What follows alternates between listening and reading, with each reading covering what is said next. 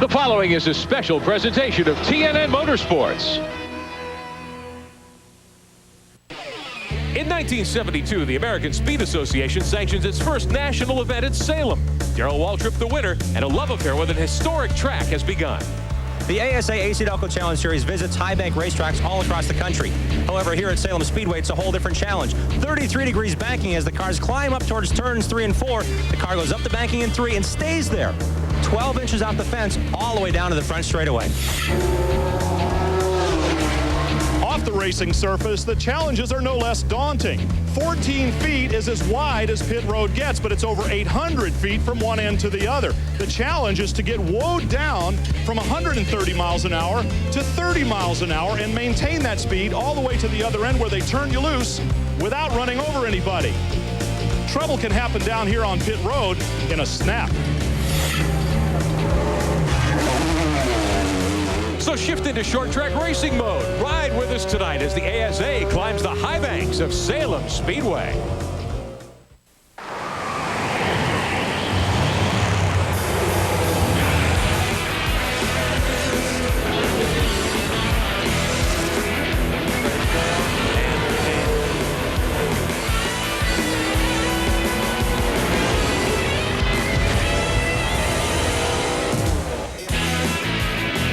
It is a hot summer night in southern Indiana. Welcome live to our coverage of the ASA AC-Delco Challenge Series here on TNN Motorsports. Tonight, the Tecumseh 300 from Salem Speedway, Salem, Indiana. The lights are on. The crowd is here in full force. We've got 26 of the finest short track drivers of the country ready to do battle for you tonight. It has been hot over much of the United States this past week. 98 degrees in southern Indiana today. Tonight it's cooled off a little bit. We're down to 91 degrees with a track temperature of 95. Beautiful summertime racing weather. Good to have you with us tonight. I'm Rick Benjamin. Welcome to our coverage of the ASA AC-Delco Challenge Series. Yesterday, the temperature was quite hot on the track during qualifying, 143 degrees as we took a shot with one of those tire temperature guns down on pit road. Tonight, a little bit cooler indeed, and these drivers will have a lot of different conditions to talk about.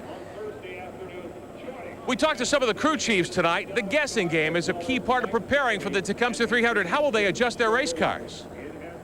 Being a nighttime race, we're expecting that the track's going to tighten up by itself a little bit. The track's going to be cooler, temperature's going to be cooler.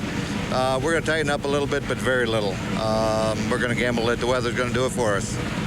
I can remember a few years back being very loose here, and I can remember the year after that it was very tight here. So both times we were able to make adjustments during the race and ended up with a real good finish. So it's hard to say. We're just going to pretty much go the way we qualified and start there and see how it goes. So they qualified in the heat of the afternoon yesterday. Tonight it'll be under the lights and quite a bit cooler, so adjustments will be the key. Jim Trito, our partner on these broadcasts, good to have you with us tonight. Patience for the drivers will be a key tonight. That was the main word used throughout the entire garage area was patience, because these drivers know the last 300 laps, you've got to be patient. It's a one-group racetrack in turns 3 and 4. We mentioned how high the banking is, Rick, and when these drivers go into turn 3, they want to go in single file. The passing will start in turn 4. It won't end until turn 2. They run through the middle of the racetrack in turns 1 and 2, but the high speeds can cause some serious and high drama. One of the other things we heard a lot about today, these drivers wanted to qualify up front. They know it's important to start toward the front here at Salem. In fact, no one's ever won from deeper in the pack than 6th. Let's meet a few of the drivers who will start toward the head of the pack tonight. Downstairs to Brian Drebber. Guys, Marion County, Indiana Sheriff Russ Tuttle rounded up the usual suspects, but included himself in the lineup with a career-best 5th place qualifying effort in the Tyson Foods Monte Carlo. Up front, the rest of the guys are pretty familiar faces. Jimmy Johnson and his Pennzoil Chevrolet, Mr. Front Row, we've called him, and the defending series champion, Gary St. Amant, in the Wins Monte Carlo, of course, is always in the mix, whether it be at the beginning or the end of a race. During his career in all-pro racing, rookie Derek Gilchrist got used to starting up front, but only for the second time in his ASA career has he put the Grease Lightning Monte Carlo up here on the front row, and that after only 5 laps of practice and changing a motor. Derek, now that you're here, though, can you make good things happen in this car tonight? Well, we're hoping so. You know, right now we're just planning on racing the racetrack the first 200 laps and see what we got. We haven't practiced in these conditions. We practiced yesterday and the temperature being real hot, and really didn't get a whole lot of practice, but felt like we had some notes when we were here a couple years ago, and just hoping we can go off them notes and just stay consistent, stay in the top 5 and ride this thing out and hopefully be a contender for the end. Good luck to you. But, of course, the guy that is where everyone wants to be is once again the Jana King Pontiac and its driver, Mike Miller. Pole sitter, points leader. He's the guy everybody's chasing, and it's no different this week either. Back upstairs, guys. Veteran out of Georgia is the series point leader, coming off his 4th win of the year last week at Anderson, Indiana, a couple of hours up the road. After 11 races tonight, the 12th run of the season, Miller with a 71-point advantage over Tim Sauter, who has 2 wins on the campaign. Then Mike Garvey, Jimmy Johnson, Gary St. Amant, the defending champion. He starts toward the front tonight, as you saw. Second 5, Rookie of the Year leader Rick Johnson is 6th. Then Harold Fair, who's won here at Salem. Dave Sensiba, Rick Beebe, and Jack Landis, the rest of your first 10 tonight. And this one could do a lot to jumble up that point order at the top of the chart. About ready to get things started here at Salem Speedway in Indiana. Let's head back downstairs and get those words that will put us underway tonight. Well, as always, somebody special is chosen to do the honors, and tonight from Tecumseh, it's James Martinko. I know this is a great thrill for you. Make it one for us. It certainly is, and on behalf of our customers, on behalf of our good suppliers, and most of all, on behalf of the people that made this all happen, our employees, gentlemen, start your engines!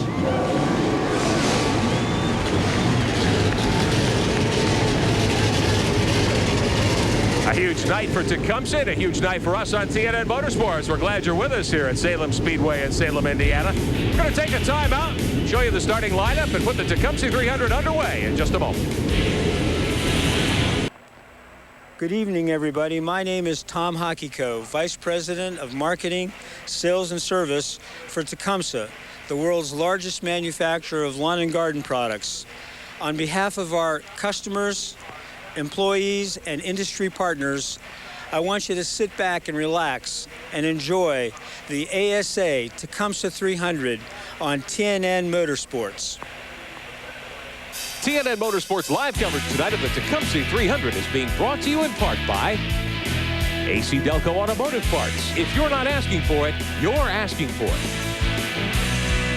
And by Grease Lightning Multi-Purpose Degreaser. Cars are on the speedway, getting ready to go for 300 laps of action tonight. Saturday night at the races on TNN Motorsports, and we're glad to have you with us this evening. Let's take you through our starting lineup tonight for the Tecumseh 300 here at Salem Speedway. Our starting grid tonight being brought to you by Grease Lightning. When speed counts, be sure to choose Grease Lightning Multi-Purpose Cleaner. On the pole, Mike Miller. We saw him earlier from Woodstock, Georgia. The Janiking Pontiac, 4 wins under his belt. He's the point leader alongside rookie Derek Gilchrist. He's won twice this year from Raleigh, North Carolina. The Grease Lightning, Ken Schrader, Chevrolet. Second row, defending series champ Gary St. Amant from Columbus, Ohio, and the Wins Chevrolet. And Jimmy Johnson from El Cajon, California, 1 win this year in the Pennzoil Chevrolet. Third row, rookie Russ Tuttle from Indianapolis. The Tyson Foods Chevrolet. Great qualifying run for this youngster. And Rick Beebe from Merriam, Kansas, in the 23, the Meyer Stores Pontiac. Fourth row, Ricky Johnson finished 3rd last week from El Cajon, California. That's the other Herzog machine, the number 22 car, the Chevrolet. And Mike Garvey from Muskegon, Michigan, the Tecumseh Toro, LeFevre Racing, number 1. Fifth row from Detroit, Harold Fair, the Diesel Repair Pontiac, the 81. And rookie Matt Hagens from Indianapolis in the Medallion Tortilla Chips Tecumseh Chevrolet, the 49. We expect a good night from him tonight. Sixth row, Jack Landis from Angola, Indiana, the 07. That's the Adirondack Noah Yoder Ford. And Tim Sauter from Necedah, Wisconsin, 2 wins on the year. Second in points, the Build-A-Mold Chevrolet. Seventh row, Dave Sensiba from Middleville, Michigan, in the 6 car. That's the Prestige Truck Accessories Pontiac. And rookie Ken Alexander from Anderson, South Carolina, the Grease Lightning Chevrolet. Row 8, Brandon Sperling from Yorba Linda, California, the McDonald's Drive-Thru Crew Chevrolet. And Greg Stewart from Four Oaks, North Carolina, the Keener Lumber Pontiac. Ninth row, Freddie Bear from Indianapolis, the Dura Builders Pontiac, the 94. Rookie Tristan Dupuis from Lansing, Michigan, the Meyer Stores Red Baron Pontiac, the number 11. 10th row, Alec Pinsino from Windsor, Ontario, the Build-A-Mold Chevrolet.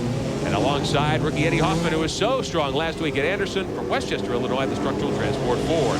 11th row, rookie Dave Doran from Cincinnati in the Lista True Value Doran Enterprises Pontiac, the 77. And David Anspaugh from Sturgis, Michigan, the First Aid Chevrolet.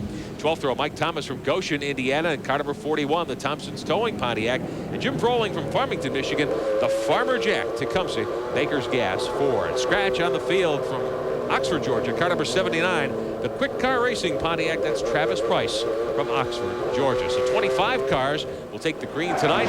Jim Trado, what do we look for here in the first several laps at Salem? Well, one of the unique things about this racetrack and about the rule book is ASA says the fast qualifier has the choice of starting position. Here at Salem, it's a tradition for the fast qualifier and the smart move to go to the outside. So we'll see Mike Miller start on the outside. The groove is up high. I believe initially, as we saw in Anderson's quarter mile, this big half, we're going to try to get them single file as soon as possible to get some serious laps in early, because if they bunch up and they're too wide into turn number 3, we can see a lot of problems early. As Jim mentioned at the top of the broadcast, 33 degrees the banking here at Salem Speedway. This is one of the legendary short tracks in the country. 8 degrees banking on the straightaways and 75 feet of racetrack in the corners, and they'll need all of that tonight, as Jim described. You run up high here much of the way around. In fact, we're going to take you for a tour around Salem Speedway.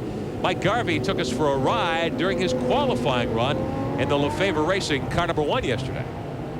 Here we are coming off turn 4 to get the white flag for a second lap. Going down into turn 1, you arc the car down in the middle good. Get a turn in the middle, get back into gas as quick as you can. Up against the wall down the back straightaway. You have to run high down the back straightaway into the turn 3, which is unique. That's progressive banking. The car goes in, jumps up against the wall. You're back in the gas wide open. Run around the wall, try to miss the gate, and you're done. You're done, and you don't want to be done until you've completed 300 laps here tonight. Let's show you our race analysis quickly as we get ready to go green. Posted awards of nearly $180,000. Tecumseh and many of their manufacturers putting a lot of additional cash in the show here tonight for the 25 drivers who will take the green. We'll go 300 laps. This track, they call it a half mile. It's actually 0.55 miles, so it'll be 162 miles distance tonight. Mike Miller on the pole with a lap of nearly 112 miles an hour. That's hauling around a place like Salem. Indeed, it's not a track record, believe it or not, in ASA, but they qualified yesterday. It had to be 100 degrees actual temperature, not to mention the 143 degree track temperature, so very slick conditions in qualifying yesterday. However, those speeds were achieved, and quite a few of the cars were right close in qualifying to Mike Miller's pole speed. Take you for a couple of different in-car rides tonight. We'll be riding along with Brandon Sperling, who starts 15th. In the Crookston Motorsports McDonald's drive-through Chevrolet. He'll give us a look out the back door as well tonight. Sperling not pleased with that qualifying run. We expect him to run a lot stronger than he qualified here once we get going. He'll be alongside Greg Stewart there in the 33 car. A couple of other cars give us in-car looks tonight. The 03 of Ken Alexander, the Grease Lightning Chevrolet from Anderson, South Carolina. He lines up in 14th spot, a row ahead of Sperling tonight. And Alexander was very strong last week at Anderson. Turned in a really good run. Qualified well, ran well. In fact, I believe he finished in the top 10 for the first time in his ASA career. Field about ready to get down to it. Green flag is in the air. 300 laps to go at Salem. Door banging as they go to turn 1. Derek Gilchrist puts the hit on Mike Miller and grabs the lead, and we'll watch as they go down the backstretch.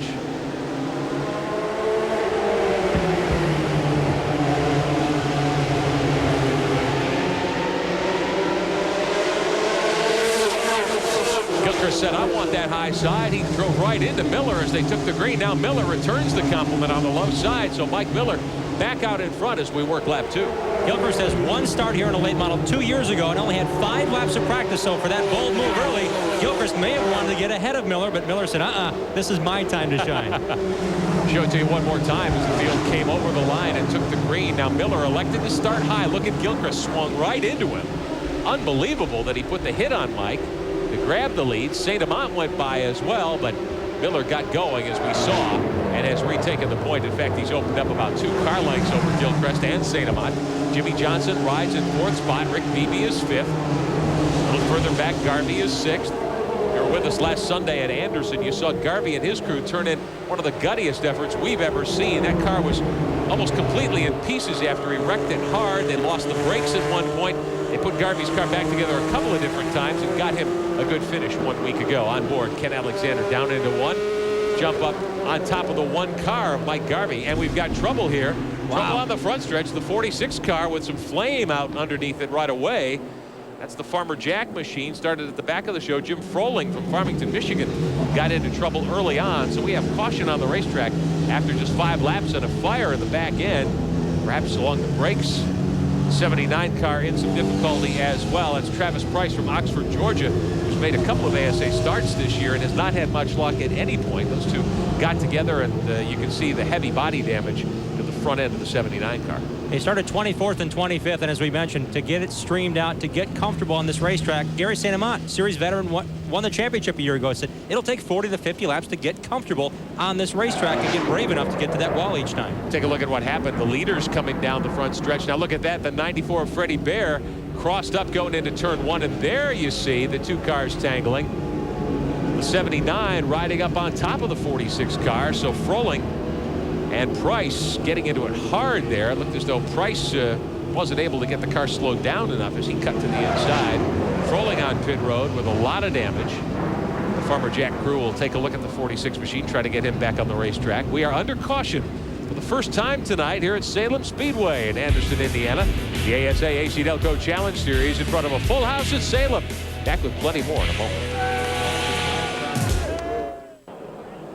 Back live at Salem Speedway, Salem, Indiana. The ASA AC-Delco Challenge Series tonight. The Tecumseh 300, a huge crowd on hand. Many of them involved with the Tecumseh Corporation, which has a headquarters and a plant right here. That incident coming down the front stretch has laid a lot of moisture on the racetrack going up into turn 1 on the banking. Oil, we're told.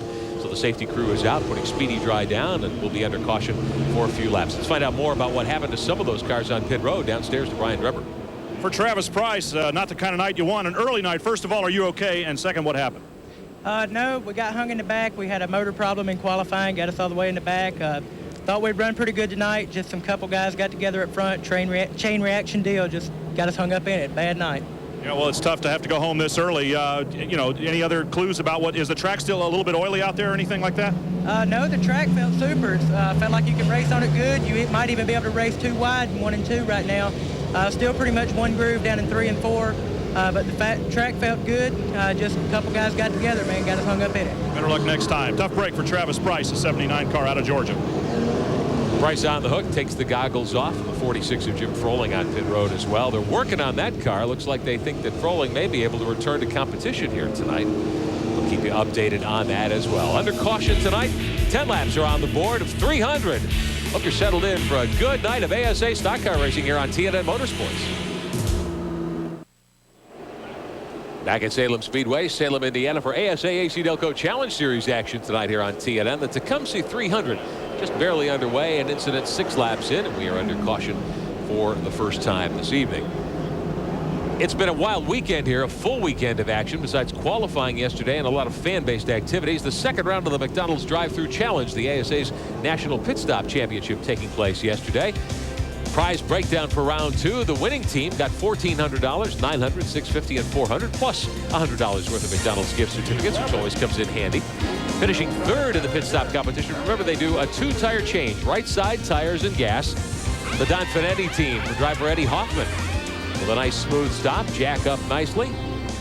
New Goodyears being bolted in place, making sure all the lug nuts are secure. Down and away, and Hoffman with a stop of 12.805 seconds. That puts him in 3rd spot.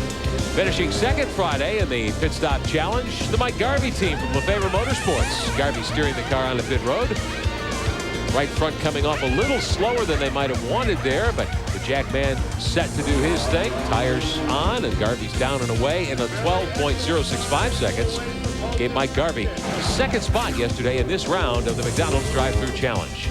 The winning team yesterday, the defending ASA champions, Gary St. Amant, the automotive promotions crew from Holland, Michigan. St. Amant brings the 7th car onto pit road yesterday. Tires go on, the fuel's going in at the same time, of course. St. Amant down and away in less than 12 seconds, 11.386 seconds. St. Amant wins round 2 of the McDonald's Drive-Thru Challenge. One more qualifying round to go. Round 3 in Milwaukee will be there at the Milwaukee Mile August 28th. The championship at the season finale at Orange County Speedway in Rougemont, North Carolina. Back green, lap 15, down into 1. Lots of Speedy Dry still on the racetrack. Miller sprints away by 5 car lengths over Gilchrist. St. Amant is 3rd. Jimmy Johnson 4th in the Pennzoil Chevrolet. Rick Beebe is 5th. Garvey still 6th. So, Jim, so far, top 6 cars have been single file. Nobody's ventured to high since the first couple of laps. And Russ Tuttle has had patience. He started in the 5th position, but lost 2 spots early. Hey, Rick Beebe has a lot more laps here. Mike Garvey has a ton of laps here, so he's going to let those guys settle it and show him the line early on. 15 complete. Miller out in front. Pit stop action early for the cars damaged. Brian Drebber, what's the latest down there? Well, the latest down here is on Matt Hagan's car. They had a problem with the ignition. They refired the backup on the ignition box, but then they came in again. The car is still missing. They're checking the plugs, and they'll be coming in again to do more of the same. For Jim Froling, they came in, tore the front body work off. Of course, you can see that. What you can't see is that they believe that everything is okay underneath. No damage to the clip, no fluids coming out of the car. Good news for Froling and his crew. Hagan's, though, a guy that we expected good things from tonight. His test here was very fast. And he's won 2 100-lap late model races here. He tested here, and Gary St. Amant was even taken aback by the speed and the attitude of Matt Hagan's here. So unfortunately for Hagan's, he may be the fastest car on the track once it's all fixed, but he won't be a winner tonight. Take a look at Rick Beebe and Mike Garvey. This battle is for 5th position. Beebe has the spot. Garvey dogging him in the 1. Mike took us around the racetrack during qualifying. If you were with us a few moments ago at the top of the broadcast tonight, Mike talking about how you like to run high here, especially in 3 and 4. You've got to dip low coming off of 2, but then you go right to the wall. And so far, we're seeing pretty much a one-group racetrack. That little skirmish at the start. We told you how Mike Miller elected to start on the outside of the front row. Derek Gilchrist basically drove into him coming over the start-finish line and took the lead going into 1, but Miller got it sorted out and powered back by, so Mike Miller remains the leader. Garvey trying to find room to take a look on Beebe down the low side, but so far he doesn't have the bite to get down there and make the pass complete. So Beebe settles in, rides in 5th. There's Tuttle back 1 more position with the 16 car riding 7th. Off of turn number 2, Mike Garvey the last couple of laps actually bottomed out on the racetrack, and after qualifying yesterday, that was pretty much it on the racetrack. There was no further practice, and today the crews got in the track pretty late. 2 in the afternoon is when they opened the gates, and the cars had only seen the track when they presented them for the race itself. Garvey found out the crew did something to the car in qualifying he didn't know about in terms of ride height. He made them change it back to the, quote, normal setup, but you can see he's still bottoming out in the Tecumseh Chevy. Now, when we were in Nashville earlier this year, we heard from Butch Miller how you bump at Nashville. You'll see a lot of cars drag at National Speedway USA. Same thing at Memphis. Interesting to find out, perhaps from pit road, whether it's considered a normal course of events here for Garvey's team as we see the sparks fly. Tuttle qualifying 5th tonight. The rookie contender from Indiana dropped back a couple of spots, but running nice and smooth and staying down low going into 1 there. He looks like a driver that will be around tonight and have a lot of success here perhaps in Salem. There you see the 46 of Froling minus the front body work. He's just making laps at this point. Also, we heard just on 5 cylinders, a minimum of 5 cylinders, maybe a maximum of 4. We don't know, but Dave Onspaugh's off the pace. And to finish one of these races, Rick says a whole bunch. As we found out 1 race ago at Anderson Speedway, just the top 3 cars finished on lead lap. Here at Salem, we're going to find maybe 8, 9, 10 cars on lead lap with the finish. So for Tuttle, as a rookie, to run this well early will build confidence throughout this race. His crew will be higher. They'll be on a high, knowing that he's going to come in the top 10 and hopefully get him out in top 10 once these guys decide to make some pit stops. Well, the sheriff wants to take a few prisoners tonight as they work up on some lap cars. You're watching the leaders up in 3 and 4 here at Salem. 26 laps on the board. Gary St. Amant moving by there in 3rd. There's a look at Beebe and Garvey still fighting for 5th. There's your leader. I'll tell you, Mike Miller has run a terrific racing season. We're in the middle 3rd of the ASA campaign now. And if you're going to write a book on how to approach the year, you'd have to take a lot of the pages from Mike Miller's book this year, I think. Indeed, he has started up front almost every race. I believe he's his worst finish in the last 6 races has been a 5th, and he's got 4 wins on the season, more than anyone else. And to see how well he's running, how well he's finishing. His worst finish of the year came at Memphis when he had finished 21st, actually 23rd at Peach State. Those are his 2 faults. Those are his 2 bad finishes. I've not seen any weakness in this 18 team all season since then. Quick in qualifying, strong all race long, very good on pit road. All the elements you need to win a championship. And Miller, the veteran, is gunning for his first ASA title. Hard to believe, really, as long as he's been at this, that this would be his first championship. But yes, indeed, it would be his first national title if he's able to complete the season in style. And Mike Miller showing the way here in the early going. We took you back through the first 20 spots there a moment ago. You saw Dave Doran in the 77. He is 20th. Harold Fair in the 81, 19th. We got to look at them a moment ago. Miller opening up the lead, a 1/3 of a second now over Derek Gilchrist in 2nd spot. Gilchrist is a guy, I've been kind of a jinx with him. Every time we're at the racetrack on TNN Motorsports, he doesn't fare very well. His 2 wins have come races we have not seen on TNN, but he's obviously got a good race team around him, and he's a very capable young driver. Derek won at New River Valley, a track he had never been to. He also won at IRP on a 1-stop strategy. Here tonight, there may be a 2-tire stop strategy. and that would stretch things over 300 miles, but 300 laps, excuse me. But if you consider that Gilchrist's 2 wins are only accompanied by 1 other top 5 finish, he certainly had an up and down, and really down sometimes season. That's why his point situation is not as good as you might expect with the 2 victories. Only 3 drivers have more than 1 win. Miller with 4, Tim Sauter with 2, Gilchrist with 2, and Derek sitting 12th in national points right now in the ASA Stock Car Championship. 267 laps remaining. We put 33 on the board here in the early going. Take a look down the back straightaway. Tristan Dupuis there in car number 11, the 6 of Dave Sensiba. Sensiba is 10th, Dupuis is 11th. Right behind them, Jack Landis in the 07, sitting 12th, running in front of the home state fans tonight, as Landis didn't qualify as well as he has been many tracks we've been to this year, but hoping to put a good run together here tonight. Dupuis has been one of the most impressive rookies we've seen in the ASA this season. He's had several good runs, picking up sponsorship tonight from Myers Doors and Red Baron Pizza to go with his normal CareerMatrix.com backing that he has on that number 11 Pontiac. He's led just 5 laps this season, all coming at Memphis Motorsports Park, where he did record his career best finish of 5th. And you see how he races. He runs with these guys enough, and he's had enough laps on short tracks throughout the Midwest to make the pass here on Sensiba Stick. And that was a case of the patience you talked about at the top of the broadcast. He waited, took his time, found an opening, and ducked right underneath to grab the spot. Now gets a little wiggly there up in 2, but gets it straightened out. So Dupuis now starting to stretch it out over Sensiba. Landis wants to find a way by as well. His battle back in 11th and 12th position. Dupuis just getting by. Took 10th. He's going to set sail now for Tim Sauter. Sauter, a guy we expect a good night out of tonight, but he's mired back in 9th. Here's the guy who's dominated since the green flag came out. Mike Miller, the series point leader. He's led them all so far. We'll come back to Salem in a moment. We're back in Indiana, back home again, you might say. Salem Speedway, the site tonight at the ASA AC-Delco Challenge Series. The Tecumseh 300 being played for a capacity crowd here at one of the great short tracks that goes back more than 50 years. Open wheel racing, tons of history here, and the ASA has been coming here also for a couple of decades. Mike Miller in the black and white number 18, the Jana King Pontiac. He's led all the way. Derek Gilchrist is 2nd.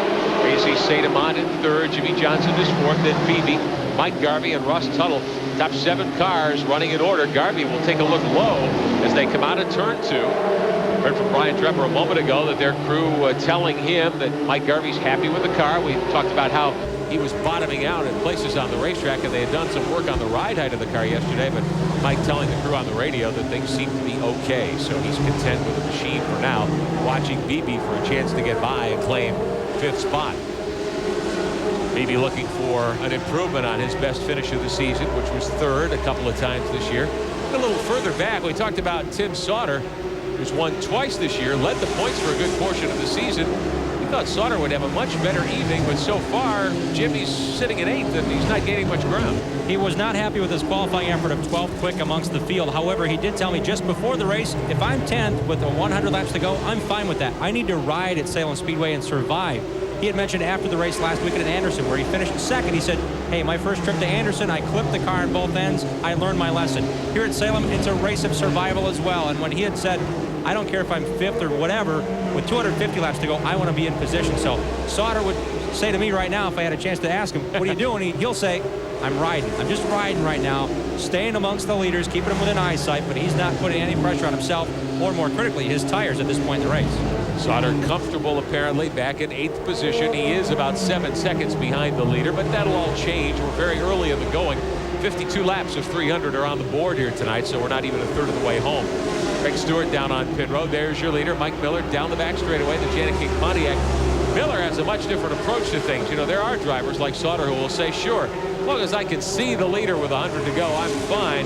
Miller's a guy who clearly likes to run up front if the car's capable. He'll lead every lap if he can.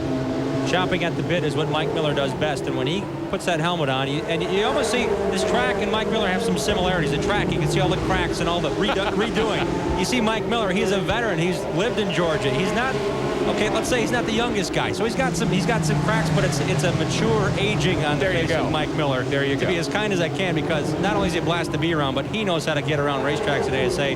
This season, if Miller keeps doing this, no one's going to touch him. He is that good each race that this series runs. As Darrell Waltrip would say, Mike has plenty of experience. Let's head downstairs to Brian Trepper. Down here with Greg Stewart, the first thing that's obvious is that the car is overheating. The second thing that isn't quite so obvious is that the driver seems to be overheating too. Greg, are you okay?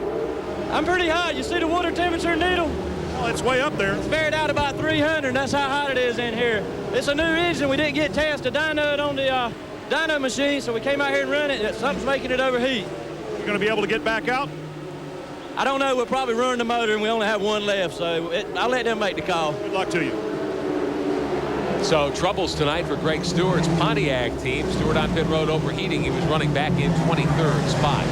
49 of Matt Hagens still with problems as well. Not nearly what Hagens was hoping for this evening in terms of a strong run for the Indiana late model champion.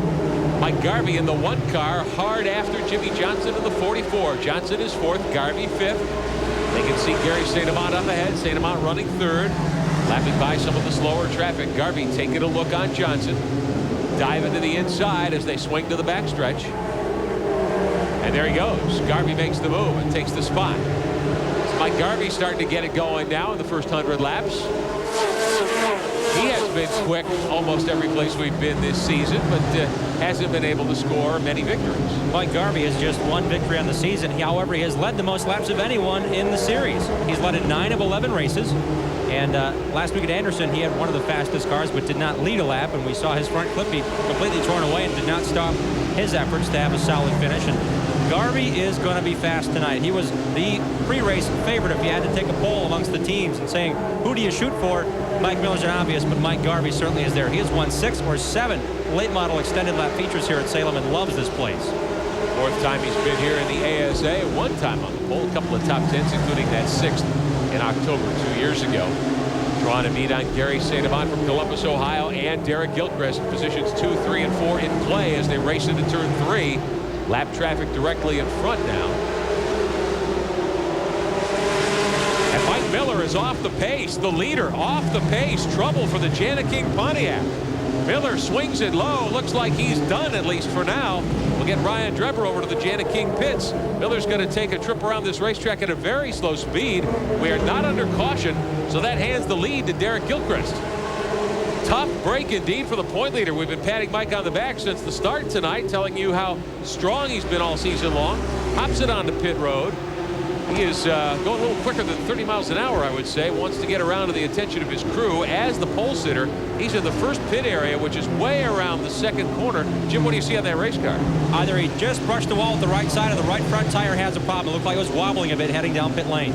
There goes the crew around. They're going to jack it, put the right front on. Brian Drever. Working on the right side. It looked like it was a tire that went down because no sooner did Mike Miller start down pit road, they were standing here calm as could be, ready to put a tire on. They're still working.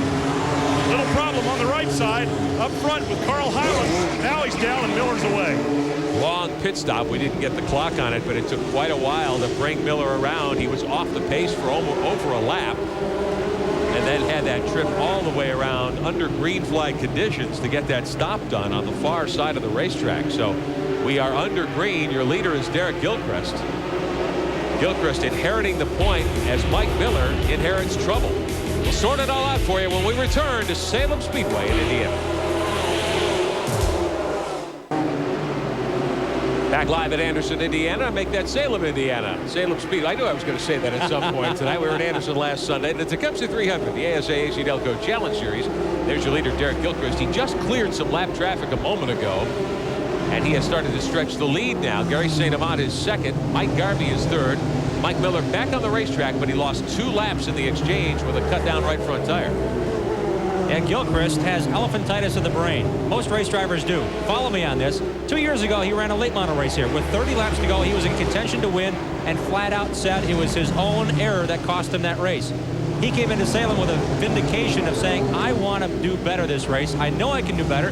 And considering how many short track races this North Carolina veteran has run, he remembers in Salem it was a mistake on the driver's part. He's going to do better. He's leading the race here now. Young veteran, 25 years old, Gilchrist with 2 wins under his belt here in the very, very tough ASA AC-Delco Challenge Series. Find out more about what happened to Mike Miller downstairs to Brian Drever. Tire man Jim Duffy was the hero last week in Anderson. He was the guy that Mike Miller gave the credit for doing a good job. Jim, what happened this time, Duff? Looked like we busted a wheel. Maybe it come loose or either a bad wheel. There's a brand new wheel It just, the center broke out of it. Now you got your work cut out for you. Yeah, we went a lap down, but we'll get it back. We got confidence. There you go, guys. They got confidence, and why not? Certainly ought to. We've seen Miller make laps up several times this year. Harold Fair on pit road briefly a moment ago, down and away after getting right side tires. Down the main straightaway, it looks like trouble for Jimmy Johnson. Looks like the Pennzoil Chevrolet has gotten into the wall. He's got to cut down right front tire. So we're under caution. Yellow flag waving. Dan Spence in the flag stand as always tonight, waving the yellow. Second-year driver Jimmy Johnson with that win at Memphis Motorsports Park back several weeks ago. Hoping for a good run here tonight in the Herzog Chevrolet. We'll take a look at it one more time here. This from our handheld camera going down into 3. There's the tire going down, and Jimmy just slides up into the wall. Concrete around the racetrack here at Salem. He rides it out. Doesn't look like the car's damaged too badly, but he'll have to bring it around and put a new right front on that machine. As we look at this angle, we'll notice how close he is to the wall, and it's fortunate for Jimmy Johnson that he is that close, because if the car did, if the right front went down, he could have had a whole different angle towards the outside wall and caused a whole bit more damage. As Richard Petty likes to say, when you're running up high, you don't have to go too far to hit it. So Johnson will bring it out of pit road, field under caution. This will be a costly stop for Johnson. Several teams apparently want their drivers to come in for tires. We've run 77 laps, so we're not to the 1/3 mark yet. Talk was that you might do this in 2 tire stops, but if you haven't gotten to 100 laps, it's going to be you're going to be hard pressed to do this with 2 stops for tires tonight. Gilchrist stays out, but it looks as though he wants to come in this time by. He's dived to the low side of the racetrack as the cars are on the back straightaway. Right now, it's Gilchrist your leader. St. Amant, Garvey, Beebe 4th, Tristan Dupuis up to 5th, then Sauter and Russ Tuttle. Eddie Hoffman has moved up nicely. He is up in 9th spot. Hoffman is a driver who we think a lot of, has turned in some good runs this year, hasn't had much luck, really was in position twice to win last week. Eddie started 20th, and he has made it up to 8th now. Leaders are on pit road. Gilchrist leads him down. Look at all the speedy drive blowing up there as those race cars come down to their assigned positions. Gilchrist and St. Amant pitting around the 1st and 2nd turn here. Here's St. Amant down to his cruise attention. They're going to go with right side tires and fuel. Taking a look under the left side. 2 tires per stop here tonight.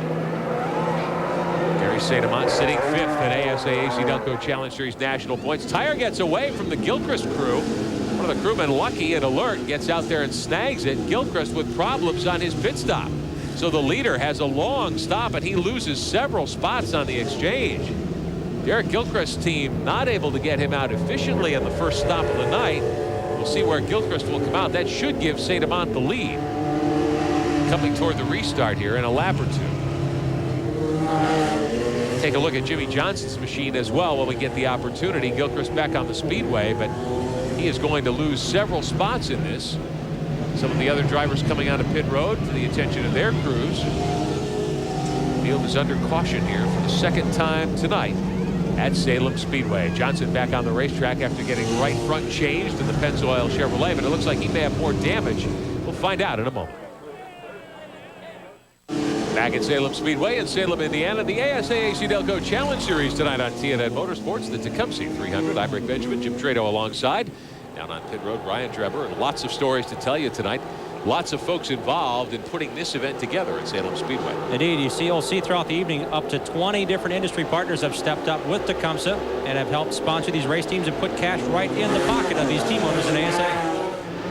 These drivers and crews very grateful for the help. Certainly 84 laps complete. We're green and going. The 77 of Dave Doran shown as the restart leader. He did not stop on that last pit cycle. Where's Mike Miller? Well, there's Mike Miller, shown back in 17th spot, 2 laps down at the moment. Miller hoping to take advantage of cautions and pit stops, work his way back to the point. He was on the pole tonight, grabbed the lead back during lap 1. Trouble for one of the cars. Looked like Harold Fair's machine with a cut right side tire as well. So you see the smoke off the 81. Doran getting past now. Gary St. Amant taking a look at him. Can't do it. And the fog machine and Harold Fair is just ahead of the leaders here, so it's a temperature, it's pretty tough for Dave Doran leading his first ever laps in ASA at Salem Speedway, and you got a car in front of you that's smoking immensely, and you have Gary St. Amant breathing down your neck. Doran doing a nice heady job from Cincinnati, the brother of Kevin Doran, who is a noted IndyCar and sports car crew chief. Let's get more on all the activity on pit road. Downstairs to Brian Drebber. Last this round of pit stops brought in some of the leaders, of course, the lead lap cars. Now Dave Doran is out there. Gary St. Amant came in, changed right sides, just checking on the left side. That's what you guys referred to. Back here in the 44 pit, the Pennzoil Chevrolet crew led by Howie Leto. They've got some damage on the right front of the car. Of course, a tire went down, but now they're trying to deal with adjusting the problems out of the Pennzoil Chevy so that Jimmy Johnson can get back in this one too. Doran trying to hang on. Gary St. Amant pressing for the lead into 3. Mike Garvey's there too. St. Amant grabs the point. Diving inside Doran. Dave hangs to second spot, but Garvey is all over him in the 1 car. They still haven't been able to get by Harold Fair, who's laying down quite a smokescreen. Doran high coming off of 2. Garvey to the inside will take back that spot and get second. St. Amant now moving by Fair, putting him a lap down. So Gary St. Amant, who led a bunch of laps late in the race last week at Anderson, has taken the point here in the first 100. Told us last week on race day Sunday from Anderson, he's far enough back in the points now that he's not worrying about points racing. He's trying to sit on the pole and win races. And Harold Fair just caught a piece of the fence, and he's trying to hang on here as his car is extremely loose. But Gary indeed has the right approach. He had the right approach to Anderson. He has the right approach here. He's not going to attack this racetrack until he has to, with about 30 or 40 to go. He had fresher tires than Dave Doran, did not want to get messed up with any of that lap traffic ahead of him, and dispatched of not only Ken Alexander in the Grease Lightning Chevy, but Doran, you see, is now 2 cars back. St. Amant opening up a 2.5 lead over the second place driver Garvey. There's Doran hanging on to 3rd. Here's our boy Tim Sauter. Talked about him earlier. He was content to ride back 8th, 9th, and 10th. Well, all the tire problems and the pit stop shuffling have vaulted him up to 4th, and looks like he's going to dispatch the 77 of Doran here shortly and move to 3rd. Action up front. Garvey trying to work his way by Alexander. Alexander a lap car. There goes Garvey. Doran a little wiggly. Sauter right behind him. Doran's in the orange 77, the Lista Pontiac. Harold Fair off the pace, finally wrestles the 81 down low in the corner. I'm told that he clipped the wall a moment ago. Let's take a look and see if we can tell. Up in 3. Yep, Harold got up high and clipped it with the right rear corner of the car a little bit. Take another look for you here. It appears the car's all bottom out about the same place in turn 3. They did some grinding on this racetrack, and it's lowered the groove a bit, but Harold, you see, has more than just the wall to worry about. He has a problem in that 81 car, the diesel repair specialist Pontiac. The veteran who is such a strong ASA campaigner has won here at Salem in the past. Brian Drebber, what are they saying about the race car now? Crew Chief Greg Freed says that Harold is telling him that the rear end is moving around. So that could be a Panhard bar, something in the back suspension there, of course, causing a handling problem and some concern on the part of the other crew chiefs for the cars that are trying to get around Harold out there on the racetrack. Harold has it down on the low side of the racetrack, has not brought it onto pit road as yet, which surprises me. If that back end is loose and skating around, you wouldn't think he'd want to stay out there too much longer. He's able to keep the car pointed in the right direction, but that's about all. His 11th trip, Harold Fair's here to Salem. That win 11 years ago, June of 1988. 5 top 5s. He's led 3 of the ASA events that he's run in here at Salem Speedway. Back up front, St. Amant. Now Garvey has cleared the 77, and he's knocking on the back door. And Mike Garvey has really come through the field well. Both Gary St. Amant and Mike Garvey were able to beat out Derek Gilchrist on pit lane. Gilchrist came out 6th in the shuffle, and now we see Gary St. Amant and Mike Garvey able to dispatch of the lap traffic, while Derek Gilchrist is smack dab in the middle of it. Garvey able to hold the 1 car down lower on the racetrack through 1 and 2. Wondering about Gilchrist, who led several laps after Mike Miller had his problems. But Gilchrist has slid back even further. He's back in 8th. We'll get a look at him in a moment. On board with Mike Garvey as these cars battle for the lead. Coming up on lap 100 next time by will be a third of the way home here at Salem. Mostly single file racing through turns 3 and 4 as we've seen all night. This is how you can pass a car. Garvey looks to the inside on Gary St. Amant, but he has to have a very, very good run off of turn number 4 to make the pass work. And here's the run down into 1. Garvey goes by, and Mike Garvey has grabbed the lead for the first time here tonight. Garvey in the Tecumseh Chevrolet from the Lefebvre Racing Stables is your new leader, and he's opening up some ground on Gary St. Amant. So another lead change tonight at Salem for the ASA AC-Delco Challenge Series. A third of the way home, it's Garvey with the point. We'll be right back.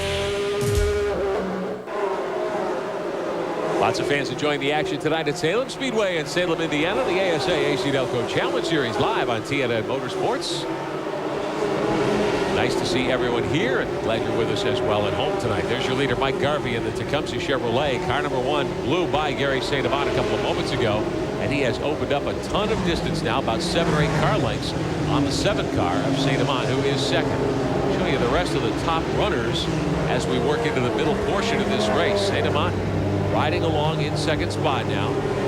There's your gap between the 2 lead cars. And then it's a long way back to Tim Sauter. In the 9 car, he is third. So Sauter another 2.5 behind St. Amant in third spot. The guy we haven't even seen tonight is next in line. We're going to show him to you for the first time here in a moment. The black 5 car, Betty Hoffman. Sauter doing a nice job, as Jim outlined earlier. Tim content to ride in the early going here and save it for the last 100. Now there's Miller, who lost a couple of laps with that tire problem. There's your 4th place driver, the Murray Ford tonight, Betty Hoffman from Illinois. He came from 20th starting spot. He's up to 4th. Behind him, Rick Beebe is 5th, and they are dicing there. There's Beebe in the yellow 23 car. 6th is the yellow 11 machine. That's Tristan Dupuis, and you see him there. He's turned in a good run so far tonight in the first 100 trips. What about the youngster who started on the outside pole and led several laps after Miller had his problems? There's Dupuis. As we mentioned, he is 6th. Red Baron and Meyer Stores on that car tonight. Now we'll take a little further back look at things, and there's Derek Gilchrist. Came out off that last caution and tire change in 6th. He's backslid back to, he was 8th for quite a while. He's gained 7th, but he's got Brandon Sperling right there all over him as they battle for 7th spot. And Brent, he's also 9 seconds behind Gary St. Amant, so pit stops are everything. He lost 6 spots, dropped back to 8th, now has gained 1 back as we ride along with Brandon Sperling in the 8th position. Sperling turning inside the 52 on the back straightaway, looking for the spot. I think he's going to get it. Trouble on the racetrack. We've got 1 car that's hit the wall at the entrance to pit road up toward turn 4. Looks like it might be the 46, or is that the 49 of Matt Hagens? I think that's the 49 of Hagens. Got a little fire showing at the back end of that car. You do use some brakes here, and they can't overheat, especially on a hot summer night. Hagen gets it refired, and we are under yellow for the 3rd time tonight on lap 116.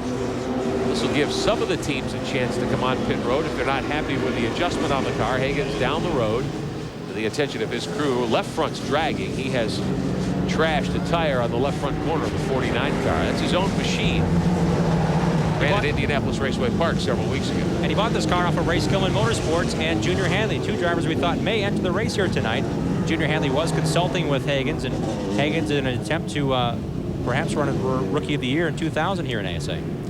As we watch the Hagens crew take a look, we are under caution. Let's find out what Rick Beebe's situation is. Downstairs to Brian Drebber.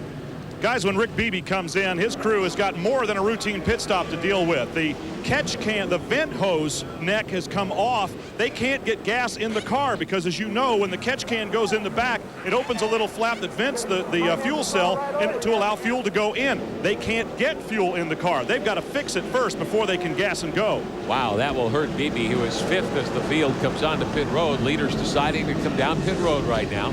St. Amant brings him down. Sauter's on pit road. The 11 of Dupuis, the 52 of Gilchrist. Let's take a look. They're going underneath, as Brian outlined. They take the left rear off the 23 car. They're up working on the fuel cell and the filler neck. Looks like they think they're clear and can go ahead and fuel the car. Well, maybe not. Doesn't look like much fuel went in the car. He stalls it on pit road. He gets it refired. They send it back out. Now, part of the game on these short tracks in the ASA series is to avoid losing a lap on pit road. If you've got something that's going to require a lengthy stop, many teams under a caution will make 3 or 4 trips to pit road. They'll do part of the work, send the car back out in front of the pace car, bring it back in. Let's show it to you one more time and see what happened to Hagens. This is in 3 and 4 here at Salem. He just lost it, it looks like. The damage was to the left front tire. I think he might have gotten into the wall with that corner of the car. Indeed, he did, as we see the 49 spin by. When we saw him, he was stopped on the racetrack at the entrance to pit road. Did a full 360, or at least a 180, and then came around the rest of the way. And it was the left front corner of the car that caught the wall. Did you notice Gary St. Amant was right behind him when that happened? Wow, that was a close call for Gary. That's about the 7th time this year he's had something that major happen just ahead of the Win Chevy. St. Amant will be your leader on the restart. Off pit road, first in front of Garvey. Alec Pinsino pulls up alongside. Fans enjoying a hot summer night of racing at Salem Speedway. We're a lap away from green at Salem Speedway in Salem, Indiana. The ASA AC-Delco Challenge Series tonight on TNN Motorsports. I'm Rick Benjamin. Jim Trado alongside. Ryan Dreber patrols pit road for us. Taking a look at the leader, Gary Sademont, back out on the point now. Some of the industry partners involved in staging the Tecumseh 300 here tonight. Tecumseh gathering many of their business partners for that huge lawn and garden show we talked about earlier down in Louisville, about an hour south of here this weekend. Green and going. 123 laps are complete. Lap car in front of Sademont's machine. Garvey is second. Sauter is third. The 5 of Hoffman right there in fourth spot. And you've got Dupuis in fifth. The 40 car of Sperling riding sixth. Jimmy Johnson's 44 is seventh. Next in line. Now Johnson on pit road a couple of times. We thought he might have broken an upper control arm on the right front corner of that car. Whatever the problem was, they got it fixed and kept him on the lead lap. Garvey now alongside Sademont as they whistle toward 3. Garvey blows right by, goes way up the racetrack. He'll keep it inside the wall and grab the point. So give Garvey back the lead on lap 124. And just as we saw the last time he took the top spot, he opens it up quickly on Sademont. At the moment, you'd have to say Mike definitely has the fastest race car here. Lots of other drivers know, though, there are a lot of laps to run tonight. We're not even to halfway yet. What about Mike Miller's progress? Back in 17th, 2 laps down. He got one of them back. Miller is as good as anybody and playing pit stop strategy to recover lost laps on the racetrack when he has a problem. There's Beebe on the racetrack. Beebe's in 9th with out losing a lap 2. Whatever that filler neck problem was, they got that straightened out. But if they got enough fuel, and that's the big question. Mike Miller was up to about 4th in the running line. What killed him was the yellow, because he had to wait 1 full lap because he cannot pit with the leaders. He has to then come back through in a single file restart. So Miller doing a great job. Beebe shown at 9th spot down to pit road. Brian Dreber. As a follow-up to the problem that they had with the Meyer Pontiac, Ken Houck and his crew borrowed some other guys, and they did get the problem fixed, and they did get enough fuel in. He says, we've got enough gasoline to go all the way to the finish. That's not going to be a concern any longer. Good job, guys. So Beebe on the button right now. He's got Miller, though, back there. Miller trying to claw his way by, get to the head of the line, get a lap back if he can. There's Derek Gilchrist running in front. Gilchrist is 8th, Beebe 9th right now. Remember, Gilchrist started on the outside of the front row, actually the inside, after Miller elected to go to the outside on the initial green.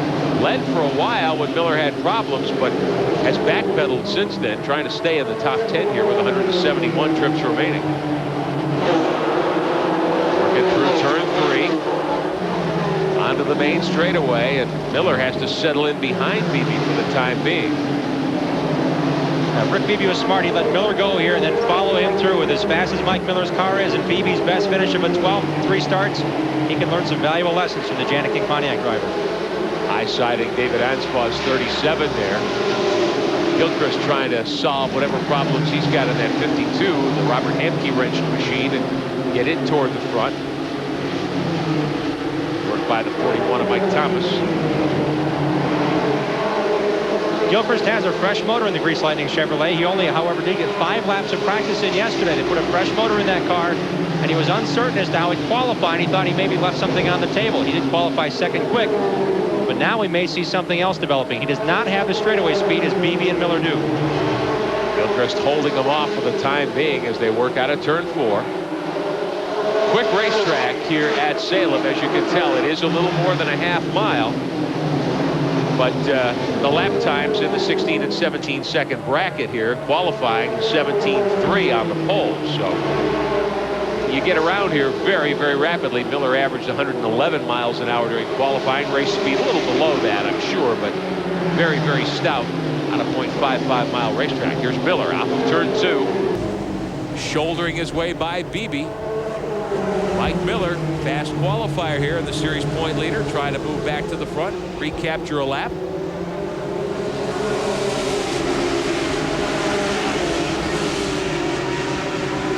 Closer to the front, fighting for third, Tim Sauter in the blue and white number 9, the Build-A-Mold Chevrolet. Eddie Hoffman in the black 5 car. That's a Ford right behind him. Sauter is third, Hoffman is fourth, and there's Tristan Dupuis in the 11. Good run for him tonight in 5th.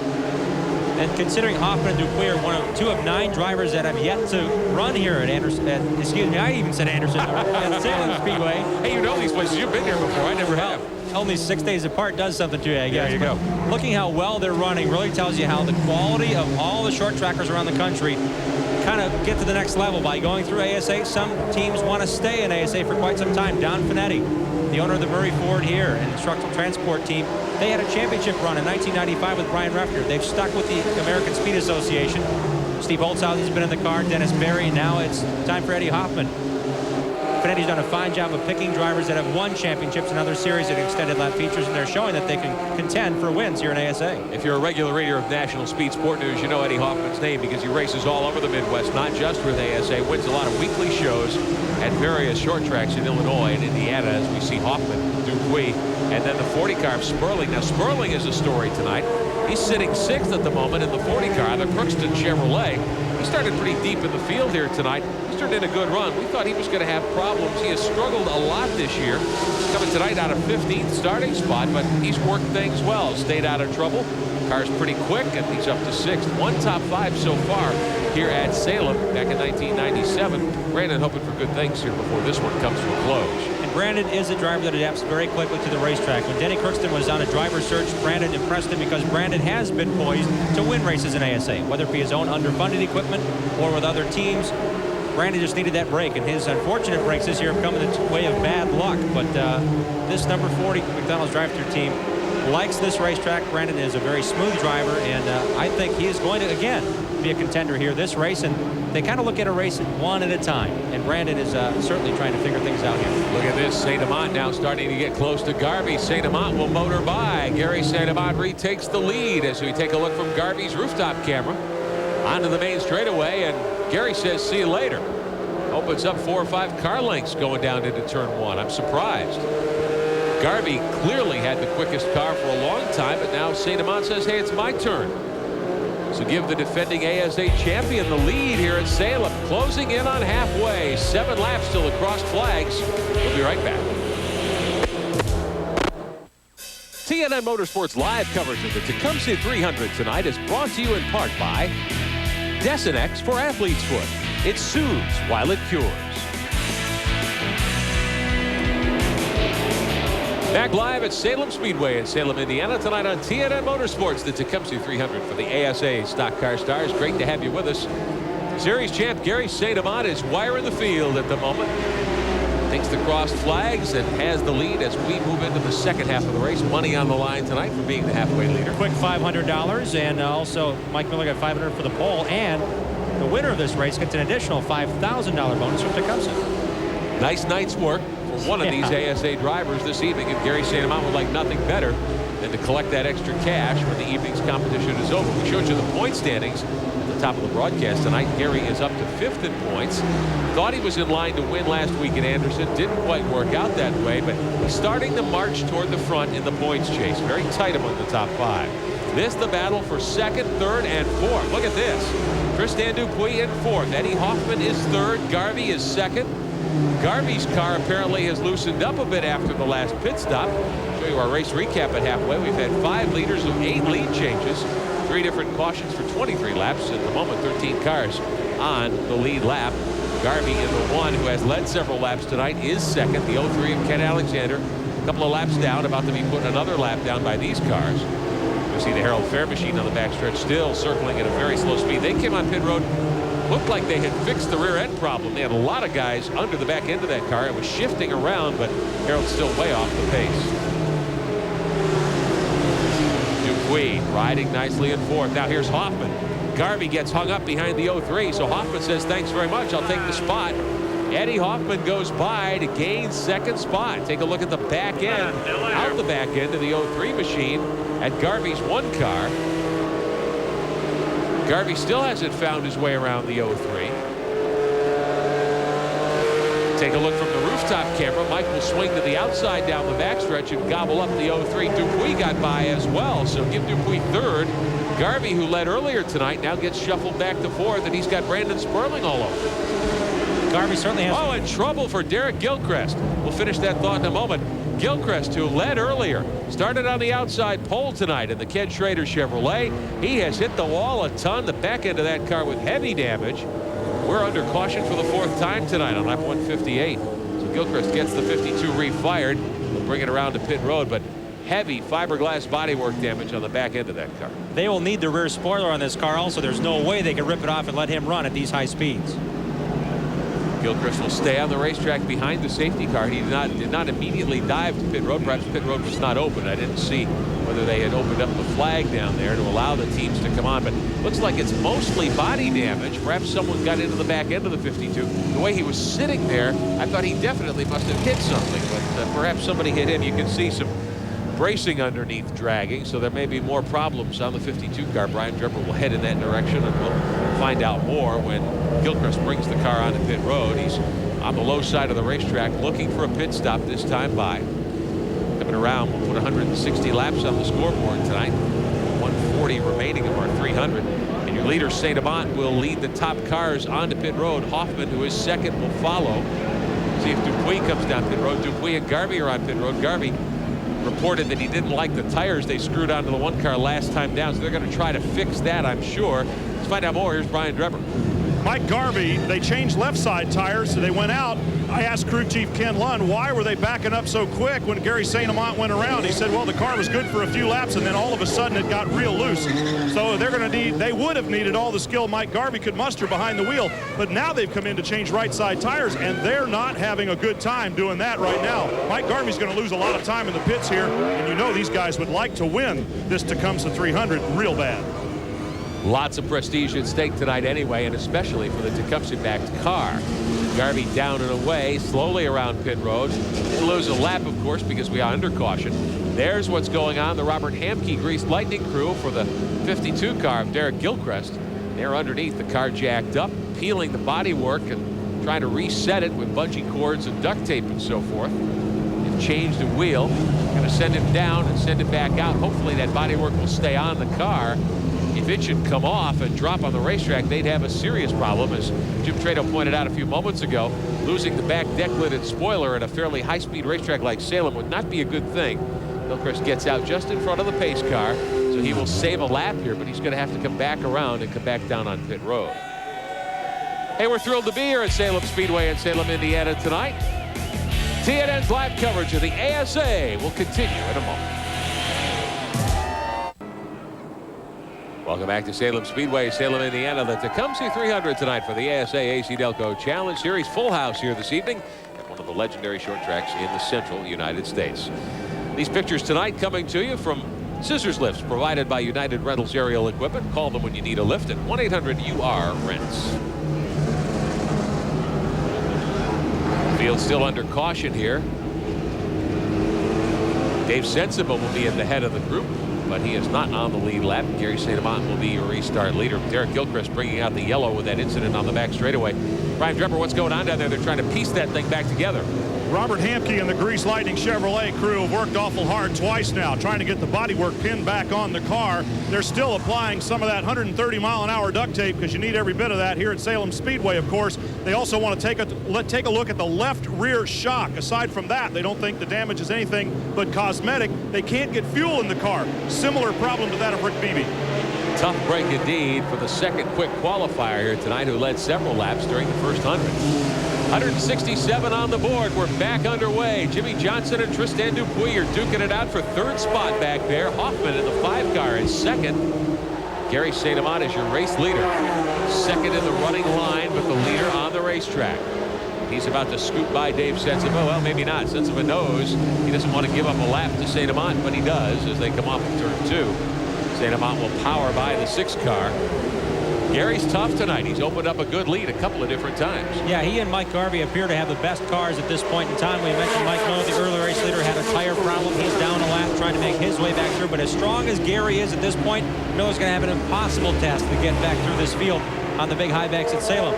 St. Amant has 12 starts here this season. 1 win, coming at a very flat track, very familiar to his home track, Langley, Virginia. But Gary on the high banks hasn't really put up a huge amount of stats. Yes, it's part of the schedule, but Gary has done traditionally well on flat tracks, and this would add yet another feather in the cap of the 1998 series champion. I'll tell you though, I was at Nashville last fall for the All-American 400 here on TNN Motorsports. High Bank Racetrack. Gary was very strong and darn near won that race 1 year ago. So he also won that event, I believe, in 1990. He said he never got a guitar though. To talk to Barb Harmon about that. Exactly. Dupuis to the inside of Sensiva. Jimmy Johnson and Tim Sauter next in the running order. There's Rick Beebe, who soldiered back. Now remember, Beebe had fuel problems earlier in the night. He is on the lead lap and in contention in 6th spot. Dupuis turning in a great run tonight in 3rd. We talked about some drivers who started deep in the pack. Dupuis came from 18th tonight to get to 3rd. At the top of the broadcast, oh, a wiggle and a spin, and we've got trouble. Alec Pinsino goes around. Pinsino is sideways and stopped up in turn 4. He gets it refired. But we are under caution. Yellow flag wave. So Pinsino brings out the yellow. Gets it pointed in the right direction. He will not lose a lap. Damage to the right front corner of the 93 car. Teammate to Tim Sauter's machine. The Build-A-Mold Chevrolet. White over blue. This color combination. So we're back under yellow flag conditions. As hot as it's been here this week, you have to think that with the number of yellows we're getting, that plays into the hands of many of these drivers and teams. Gives them plenty of time to come in, adjust the car, cool everything down, and get their drivers ready for the next sprint.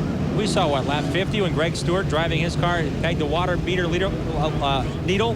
He comes in, he's burned up, he's done. Now they have to go 10 times that, 300 laps here at Salem. These guys need the break just as much as anyone else does in the cockpit. Here's Pinsino down into 3. Take a look at the car that's 5th in line here. Everybody goes high and checks up. Looked like Beebe wiggled right in front of him. That's Beebe's car, the yellow one that went sideways. Alec jumped on the brakes and it got away from him. Looks like he just came in the corner too quickly in that serial. Again, the cars are coming in there very close together. He got in the backside of Beebe's car, and when he did, it turned him around with Garvey nowhere to go. Luckily, he was able to get by as the 93 of Pinsino spun low. Jimmy Johnson to the inside. We'll take one more look at it here. Down into 3. There's Sauter. Sensiva in the 6s in the middle. Beebe wiggles. Hard to tell whether Beebe might have gotten crossed up first or if Alec just couldn't get on the brakes hard enough and got into the back of the 23 car there and kind of caused that 2-car tangle. Leaders are back on pit road. St. Amant going for left side tires. A little splash of gas. Gary down and away. He has gained tremendously tonight on pit road. We told you earlier how the Bud Gibbon team had won the McDonald's Pit Stop Challenge here. 2nd of the 3 qualifying rounds, and they're showing you tonight on the racetrack just how quick they are at servicing the 7 car. They're going to hold St. Amant briefly. Now let it back up on the racetrack on the backstretch. Fans are thrilled to be here. We're glad you're here as well. Just back with the green flag at Salem Speedway, Salem, Indiana. Top 5 cars did not pit. Eddie Hoffman is your leader in the 5. Beebe is 2nd in the 23. Mike Garvey back to 3rd in the 1 car after leading earlier. Brandon Sperling up to 4th in the McDonald's 40. And then Russ Tuttle, 5th spot in the 16. There's your leader. The Don Finetti Structural Transport team out in front with rookie Eddie Hoffman from Illinois, gunning for his first ASA win. He's been in line to win a couple of other times this year. Like last week at Anderson was one case. Early in the year at DeSoto was in contention. Beebe trying to hang on to 2nd over Garvey. Remember, these cars did not pit during the caution that just ended. If Eddie Hoffman was to win this race, it would be the first time a Ford has won here at Salem in ASA competition. The Bluebird Bob Seneca has 3 wins, all aboard a Chevrolet. Really? Yep. Bob always associated with Ford products, but obviously made several starts in Chevrolet machines. 120 laps remain of our 300 tonight here in Salem. Top 3 right there, the 5, the 23, and the 1. The 18 of Mike Miller. How's he doing? He's up to 13th spot. He picked up 1 of his 3 laps, but he's still 2 down to the leaders. Taking his time, being patient, but he needs some breaks to get back on the lead lap now and get into contention as we get closer to the 200 lap mark tonight. Down the backstretch here at Salem. Beautiful setting for a racetrack if you've never been here. I had not been here till tonight. Read about this place for 30 years or more, and it's been around for more than 50. It's right near a golf course. Didn't realize there was a golf course out behind the backstretch here. Very, very pretty lower Indiana, southern Indiana setting for a speedway. Salem, a very attractive small town. Lots of farms in the area. Beautiful drive out here from Interstate 65, where we came from last night. It's page back a little deeper in the field. Your leader for a long time tonight, Gary St. Amant, with smoke out of the back of the 7 car. St. Amant 5th. He did not pit. Something just flew off the back of the race car. Could be trouble for the Lane Automotive Chevrolet. We'll get Brian Trevor over to the Bud Gebbin pits, and we'll try to find out what Gary's situation is. Still in speed, but it looked like there was white smoke issuing out of the back of that car when he backed off, and there you see it again at 1 and 2. Does not appear to be a fender rub because it's not billowing out of one side of the car, it's from underneath. Boy, this would be a horrible break for Gary St. Amant, the defending ASA national champion. If he were to come a cropper here tonight, looks like he's in position, or had looked like he was in position to win tonight. He's led 3 different times. Off that last pit stop cycle, he came out 6th because he was one of the leaders who did pit. He was the leader, in fact. 5 drivers elected not to pit and restarted in front of the 7 car. Still at speed. He is up to 5th now. He's gotten by Tuttle, but he has not made much progress working on Brandon Sperling, who's 4th. Jimmy Johnson back in 6th. Tim Sauter is 7th as they whistle down the back straightaway. Both of those cars did pit on that last sequence. Jimmy Johnson bounced off the wall earlier tonight. The right front wheel isn't just right. There's a lot of black tire wear along the body panels, but the right front tire appears to be a lot more cambered in. The top is a lot narrower to the racetrack than the bottom. We would assume that they have fixed whatever was broken on the car, but things aren't straight up front. Their front end geometry can't be right. The way he's running, though, they might have found something here, Rick. Well, you see, sometimes if you go to short tracks around the country and you watch the street stocks, occasionally in a place like this, you will see some drivers with a heavily canted right front wheel to try to get some turning help on the banked corners. Sauter up to 7th now. He's been slowly making his way toward the front of the field tonight. Been up as high as 3rd a couple of times. Doggett Johnson now, for all he's worth, for 6th. St. Amant up ahead of these two, still at speed. We've been watching the white smoke on the back of the 7th car. Tim Sauter and his co-crew chief Jim Ellison cornered me before the race and said, hey, Jim Ellison's our co-crew chief. Don't forget about him and Mike Chaffee working together on this car. But they also mentioned that Tim Sauter had the rear end gears going on the car within the last 10 laps of the race 1 year ago and still finished 2nd. There you see Gary St. Amant, who led so many laps tonight. He's sitting 5th. Lots of smoke out of the back end of the Wins Monte Carlo. Brian Trevor, what do they think the problem is? Crew Chief Bill McGowan says he doesn't think it's anything to worry about. When they came in, there wasn't anything dripping out from under the car. His best guess, and a grease seal on the right rear wheel. All right, we'll watch and wait. If it is a seal on the back end of that car, you'd have to think that that will be a problem at some point for the 7 car. More than 100 trips to go at a very tough speedway, Salem Speedway in southern Indiana, for the ASA AC-Delco Challenge Series. We're live tonight on TNN Motorsports, and we're glad you're with us. Stick around. There is plenty more to come. Back at Salem Speedway, Salem, Indiana, for ASA AC-Delco Challenge Series action tonight. 12th race of the 20-race 1999 campaign, the Tecumseh 300. Hey, you guessed right, we're not going to get much sleep tonight. We're flying back to Charlotte early tomorrow morning to bring you race day at 11 o'clock Eastern and Pacific tomorrow. We'll wrap up tonight's ASA AC-Delco Challenge Series action from Salem. Also, plenty of coverage of the Pennzoil World of Outlaws. We'll preview tomorrow's 2 big shows, the NASCAR Winston Cup Stars at Pocono Raceway in Pennsylvania for the Pennsylvania 500. Mike Skinner on the pole there. And we'll preview the CART FedEx Champ Car Series tomorrow at Michigan Speedway for the US 500. 1996 winner Jimmy Vasser on the pole at Michigan. Trouble, we're under caution for the 6th time tonight. Alec Pinsino has belted the wall in the 93 car. Back on pit road to the attention of his crew. Heavy damage. We'll take a look and see how Alec got into the wall of the 93 car. 2nd time tonight. He has had problems. There he is, riding the wall down the front straightaway. So Pinsino on pit road. Plenty of service going on as his crew works diligently to get the 93 car ready to return to the racetrack. He got up into the wall again, up in 1 after clipping the wall coming down the main straightaway. Cut down a couple of tires on the right side. So we're under caution. We've just passed the 200 lap mark. 99 to go. Gary St. Amant and several of the front runners have been on pit road, probably thinking they're getting their last fresh tires of the night if we go green the rest of the way. But the way things have gone tonight, Jim, I think you might have nailed it. I think you said to me 6 or 7 cautions would be what you'd expect tonight. We're on caution number 6. Mike Miller on pit road, put up on the 93 car.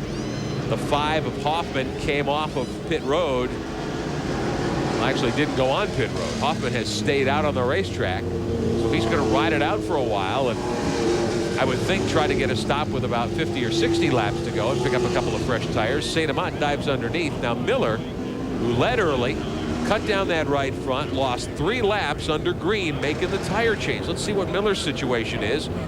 Now still being shown 2 laps down in 12th spot. They hold Mike on the backstretch exit of the pits here.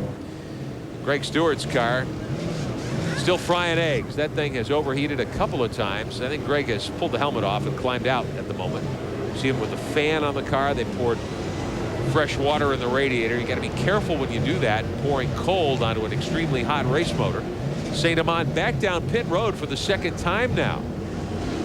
We understand the hood is going to go up on the Lane Automotive Chevrolet of Gary St. Amant, who has been the leader tonight. He's led 61 laps. Brian Drebber is there. Brian, what's the situation? Well, indeed, the hood does go up. Their concern was down in the right rear area, and they are once again looking there for what they suspected was a leaking grease seal. But instead, a more serious problem seems to have cropped up under the hood. They go under there with some wrenches. Not sure exactly, but they are working on the upper part of the engine, and no real definitive answer as to what the problem is just yet. Trying to decide whether they can drop the hood and send Gary back out so he doesn't lose a lap here. St. Amant definitely in contention to win tonight, but this could end his chances. Hood's down. They send him away. ASA officials watching. They say things are all right for now. We're under caution. St. Amant shown the leader with 97 to go. Only 2 cars didn't fit in that last caution, and there they are at the top of the charts. The 5 of Eddie Hoffman, your leader. The 9 of Tim Sauter in 2nd spot. We've got 90 laps to go here at Salem Speedway tonight in the ASA AC-Delco Challenge Series on TNN Motorsports. Hoffman and the Don Finetti Ford leading the show. Back to 3rd. There's Rick Beebe. Brandon Sperling is 4th. Jimmy Johnson in the 44 rides 5th. Tristan Dupuis is 6th in the 11 car. Good battling up in front. This has been a dandy tonight. We hope you've enjoyed it. 89 remaining here at Salem. Dupuis taking a look at the back end of the 44 car. Johnson able to hang on to the spot. Greg Stewart back on the racetrack there. You saw the 33 with no hood. They have been battling overheating problems since 30 laps were complete tonight. Johnson's done a good job tonight. He's had trouble, got into the wall once, had to pit several times to fix the right front of that car, but has bounced back to contend. Guy I'm impressed with, though, up front at the moment would be Sperling. Started way back in 15th spot. Rides along in 4th in the McDonald's Chevrolet. Back to Johnson with Dupuis fighting for 5th. Also considering Sperling's first night race here at Salem Speedway. Last year they ran under the lights. However, Sperling was out of a ride, so his top 5 finish, his 5th place, came 2 races ago for everyone else. It was his last time here at Salem, so a lot of adjustments being made in that McDonald's car. There's your battle for the lead. The 5 and the 9 running 1 and 2. Beebe in the 23 is 3rd. Sperling is 4th. There you get a glimpse of Sauter. Sperling with a good ride going. We've got a great battle for the lead taking shape up front down the backstretch. Still the 5 of Hoffman. Sauter in the 9. We told you earlier, Jim mentioned how Sauter said, hey, if I'm 8th or 9th coming to the last 100 laps, I'm a happy guy. He's got it like this. He's 2nd with 84 remaining, and he doesn't have to extend himself at the moment. He can just sit there and wait. That may prove to be the winning strategy tonight for Tim Sauter, whose brother Jay turned in a great run this afternoon in the Craftsman Truck Series event at Michigan Speedway. As well as his dad. He got a top 10 as well. It was a great run for 2 former ASA stars.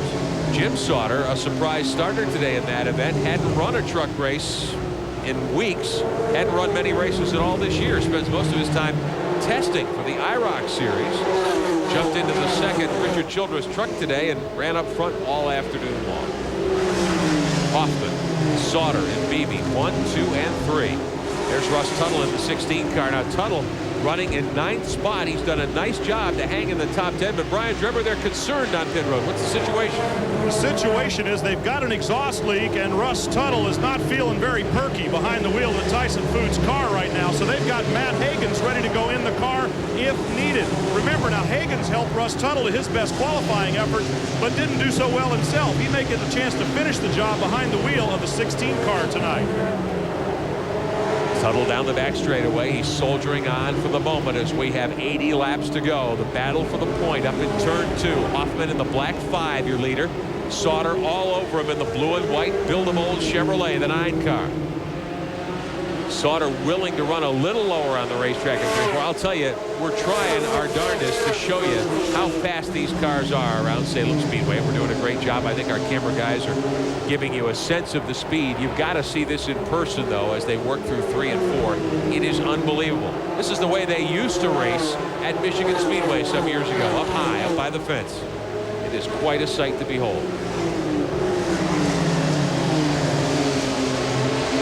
I was told that tires don't make a big difference after, say, 2 or 3 laps. They kind of even off after the tire gets worn. But Eddie Hoffman, I believe, last pitted on lap 117. We're at 222, so over 100 laps plus on one side of the tires. And Tim Sauter has come in twice in the last 50 laps for rubber. So to see Sauter run this strong and Hoffman last, Sauter obviously will be the choice to take the lead at some point with Hoffman's tires going away.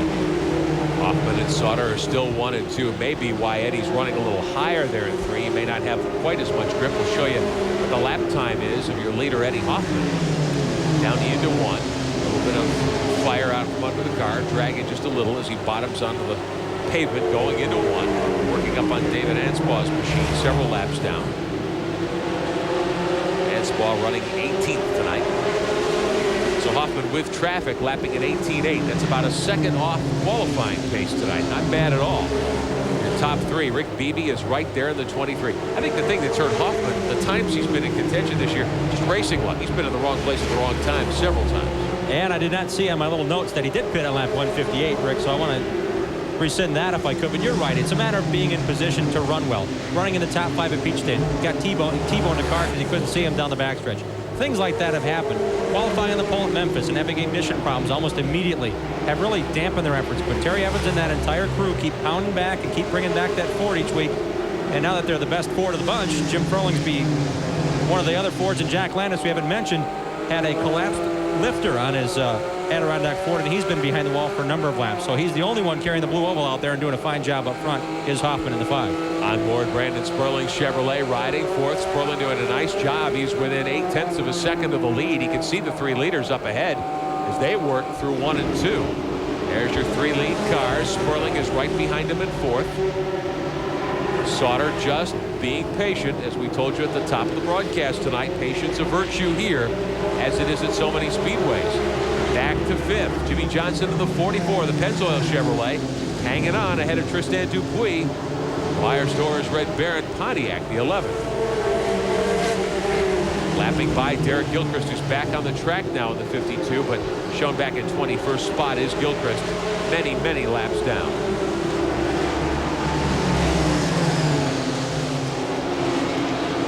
Dupuis doing a great job tonight as well. Battle for the point. Down into 3. Sauter to the low side. Can he make it work? He can't. He doesn't have enough stick down on the low side of the racetrack yet. And in fact, he loses a couple of car lengths to Hoffman. 70 to go. Sauter starting to show his hand a little, but he didn't have enough to close it right there. Beebe, meantime, could be in the best shape of anybody. He's able to ride and not overextend himself in 3rd. I believe Beebe's on the same pit sequence as is their race leader, Eddie Hoffman. Sauter a bit fresher right side tires, and the Build-A-Mold Chevy runs 2nd. Leaders onto the front stretch. No change up in front. Sauter again to the low side. Hoffman closes the door. Runs Sauter down low off of 2. Tim doesn't have enough drive down the backstretch to make the pass. Hoffman is a veteran, an ASA rookie, but he's got tons of laps on the racetrack in this type of car. So there aren't many tricks that Eddie Hoffman hasn't seen and hasn't used over the years.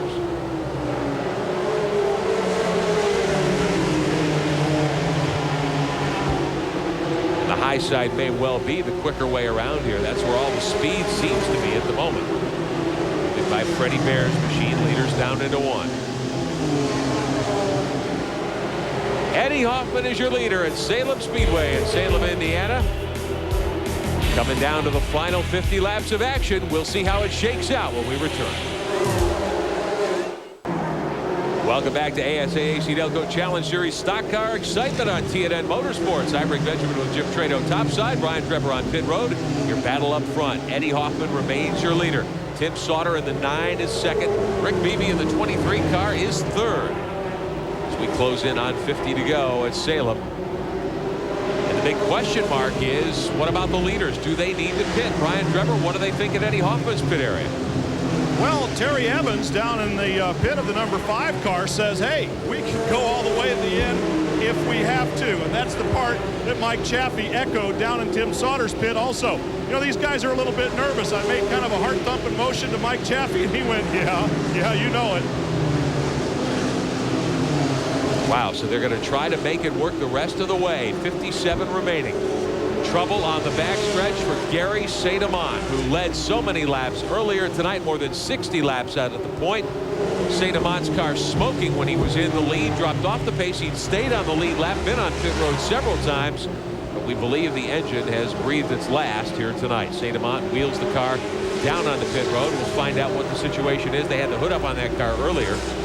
And a tough break indeed. Another difficult night for the defending series champion, who has only one win so far in 1999. Saint-Amant was holding his own in 9th position, about a straightaway ahead of the lead pack, and wasn't really getting any.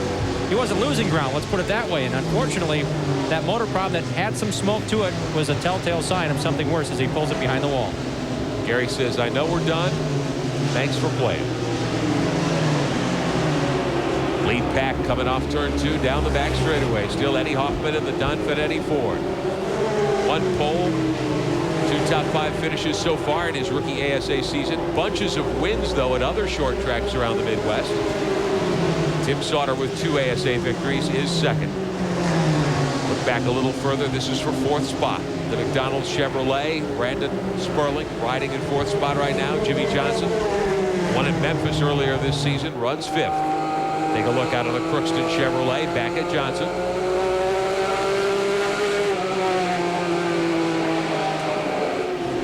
Back up front, Sauter just waiting. He's looked inside of Hoffman a couple of times.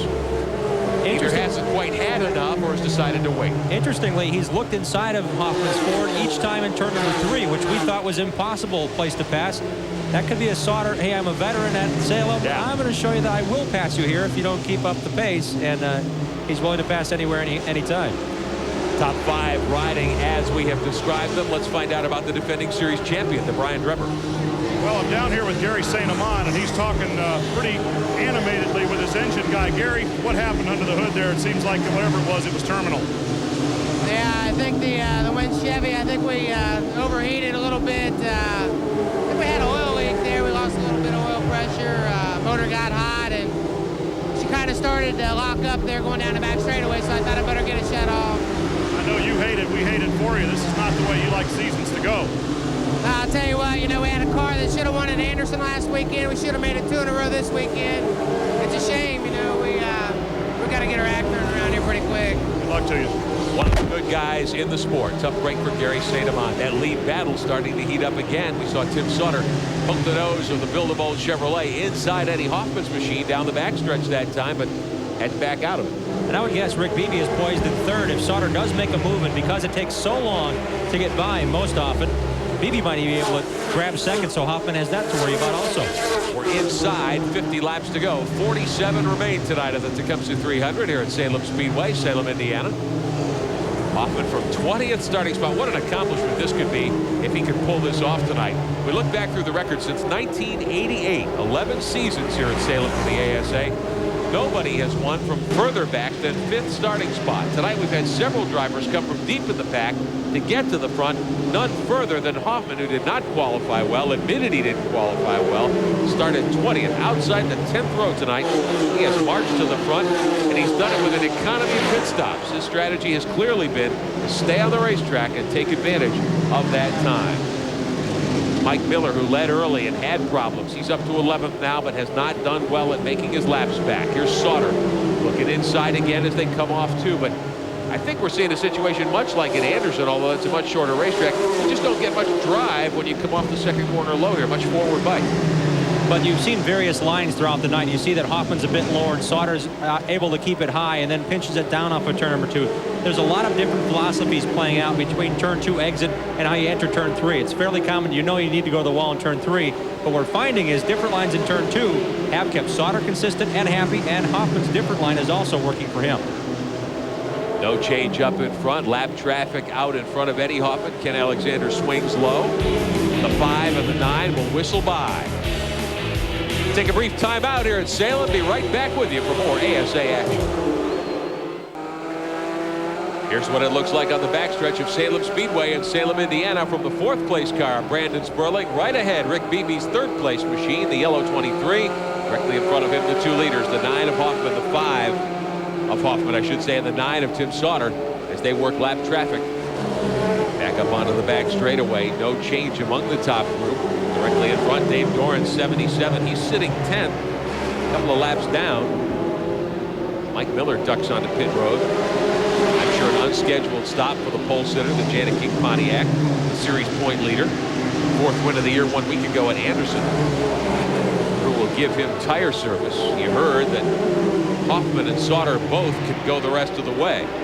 Probably wouldn't prefer to, but if there's no caution, neither wants to give up track position and come on to pit road for a green flag stop. And the indication to their crews is Rick Beebe. Beebe had decent tires on the same cycle as Eddie Hoffman. If he's not able to gain, they know they have a decent enough tire situation to run the distance. What they have to worry about is Jimmy Johnson. Johnson's pitted a bunch more than these guys.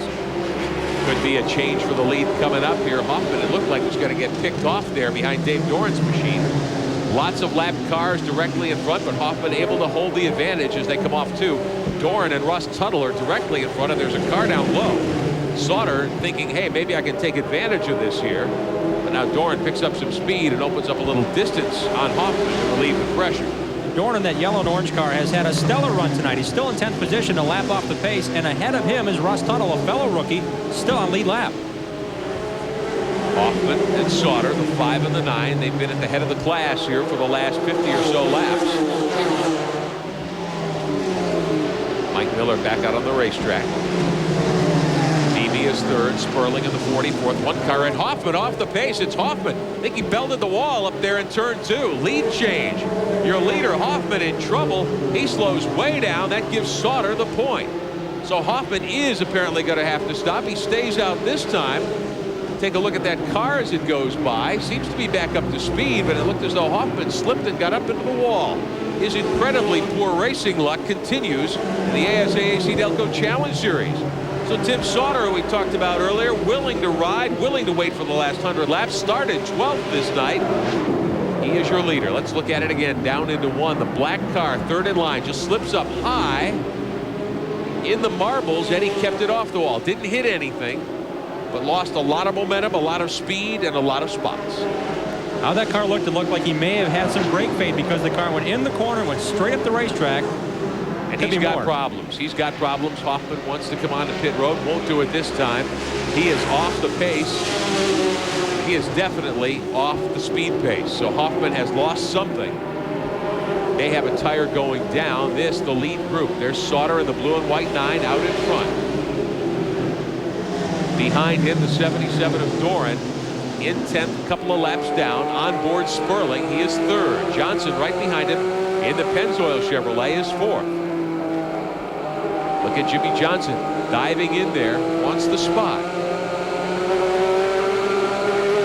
Leaders on the front stretch. Sperling dives low. Beebe is trying to get by that lap traffic. Can't quite do it. He is 2nd. Sperling 3rd. 4th is Johnson. Tuttle in the 16 has just gone down a lap in 8th position. Unbelievably bad luck for Eddie Hoffman, still being shown in 7th spot on the lead lap, but badly off the pace with trouble. We'll send Ryan Trepper over there, try to find out what happened to Don Finetti's Ford. Hoffman will not win tonight. There's your battle for 3rd. Crew looking on here at Salem. Back at Salem Speedway, Salem, Indiana, the ASA AC-Delco Challenge Series tonight on TNN Motorsports. The Tecumseh 300 back under caution for a wild spin going down into turn 1. Mike Garvey pitting. 18 laps are left here tonight. We'll see if the leaders come in. Eddie Hoffman, who had trouble earlier, he's on pit road with left front problems. First, we'll show you what happened here. Leaders coming onto the main straightaway. Look at Dave Doran in the orange and yellow car. Rick Beebe may have caught him in the back end as he was trying to lap him. Doran loops the car. Brandon Sperling pounds the wall a good lick. Doran keeps it off the wall amazingly. We'll take a look at Sperling's machine. He's trying to hold off Jimmy Johnson. Brandon's bid may have gone away. Johnson looks like he had problems with the right front. We talked about how there was apparently something not right there. He slows and goes down. Take a look from the rear view from the 40 car. Johnson swerves away. There you see Sperling getting by Doran, but he did hit the wall a pretty good shot. That was a tight squeeze for Brandon Sperling, and he had probably an inch to stay off the fence and got in the marbles. Now Eddie Hoffman, who led so long tonight, went up toward the wall, didn't hit anything. Brian Drebber, what's their problem? They seem to be done for the night. The crew is kind of ambling around the car in a way that means that they're not prepared to fix anything with so few laps left in the race. So once again, Eddie Hoffman with a victory in his grasp is going to come up empty. Going to change the left front tire on the car. We saw that it had dropped down. They've raised the hood now. If you were with us 30 laps or so ago, Hoffman had led 60 laps or more. Went up into turn 1 and the car got away from him. He headed toward the wall, gathered it up, didn't hit anything, but slowed way down, and it looked as though something indeed had broken. They're saying on the left front. Perhaps a control arm, perhaps a shock. Ryan takes a look under the hood down there. Upper A arm, the indication from pit road. That will certainly cause you problems at a place like Salem Speedway. What of Mike Garvey? Mike Garvey on pit road he was the only one of the leaders who did stop. He and Tristan Dupuis, he had left side tire change, but we saw a streak on the right side of the car. He may have gotten contact with a different car. What he's done now is said, I need to put whatever I can on the left side of this car to make it to the finish. Garvey pitted, and Tristan Dupuis just pitted. 2 of the top 8 runners. We'll see if Garvey's move pays off. It's a single file restart, but he's 7th in line, so Garvey has a great shot at running in top 5 by bolting on those fresh left side tires that were worn out. Garvey showing 6th on the scoring line with Dupuis 7th. There is a lap car, Mike Thomas's machine in front of him. Safety car stays out. This will be lap 285. Make it 286 as they come by. So there'll be 14 to go, maybe less than that. Dan Spence on the flag stand gives them the 1 to go. So just a handful of laps remaining tonight here at Salem. It has been a wild night, a very entertaining night. We know you've enjoyed it. We've certainly enjoyed bringing it to you, but we're about to settle this one. Take a look at the top 10 as they run. Coming up out of the last dozen or so laps, Sauter, your leader. Beebe is 2nd. Sperling will restart 3rd, even though he hit the wall. We'll see if he's able to be competitive. Johnson will go 4th. Garvey's 5th, and don't count him out. Pontiac safety car dives on the pit road. Timmy Sauter leads about a 4. 285 laps complete, 15 to go. We're back underway, and Sperling gets dumped. Sperling goes around. Johnson spins. Everybody on the binders. Nobody hits. The 94 of Freddie Bear goes up over a wheel. Caution waves. It will not count. It will not be a restart. Laps will continue to count. It will not be a restart. I'm not sure. We'll take another look at that. The 46 car turned around on the racetrack. Jim Froling stopped on the racetrack. Ricky Johnson with damage to the left front of his car. Sure looked like there was contact between Johnson and Sperling as they went down into 1. We'll try to get a look and see if there was or if it was just close racing. 46 of Froling. Now let's take a look. Here's the 40 and the 44 down into 1. Sure looked like they got into one another. It did, and Sperling was positioned high on the front stretch, and Johnson may have said, okay, my chance to go low, and Sperling was there. Then we saw the 94 jump over the left front of Rick Johnson, who already had trouble tonight pitting under green. Show it to you one more time. You've got the red car, Sperling, running 3rd. The yellow car of Johnson right behind him 4th, and Johnson just plowed into the back end of Sperling's machine. Now, in Jimmy's defense, remember that the left front corner of that car has had problems since early in the race. Something is misaligned there, and possibly a brake problem too. You never know. And Sperling was protecting his line also on that restart. Let's take a look from Sperling's onboard camera.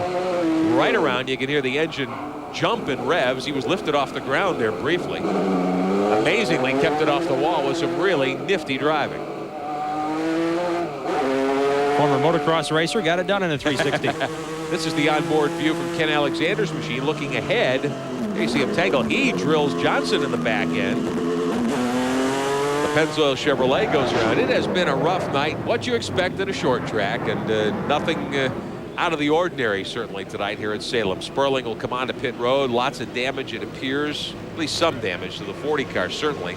His left front wheel is canted in, so the Crookston Motorsports crew is going to take a look. They're going to bring him in, jack him up, see what the 40 car needs. Coming up lap 289. There'll be 10 to go. Brian Drebber on hand. What's the situation? Well, the Crookston Motorsports crew and McDonald's drive-through team, they're changing the right side tires, that's all. And Brandon Sperling very eager to get back out there. Now they've got a problem. The right rear is not a part of the trip. Trying to back the car up. Unbelievable. They didn't have the car fully retired on the right side. Brandon apparently got the word to go. They dropped the car off the jacks. And a problem indeed. So Sperling's bid to finish in the top 3 and contend for the win apparently goes by the boards here at this point. They get the tire put back on. He will not lose a lap. He'll come back down pit road and back onto the racetrack. But he has lost a ton of track position with 10 laps remaining. Still under caution at Salem Speedway. Mike Garvey may be back in contention as we take a look from the Tecumseh Chevrolet at the incident that just took place.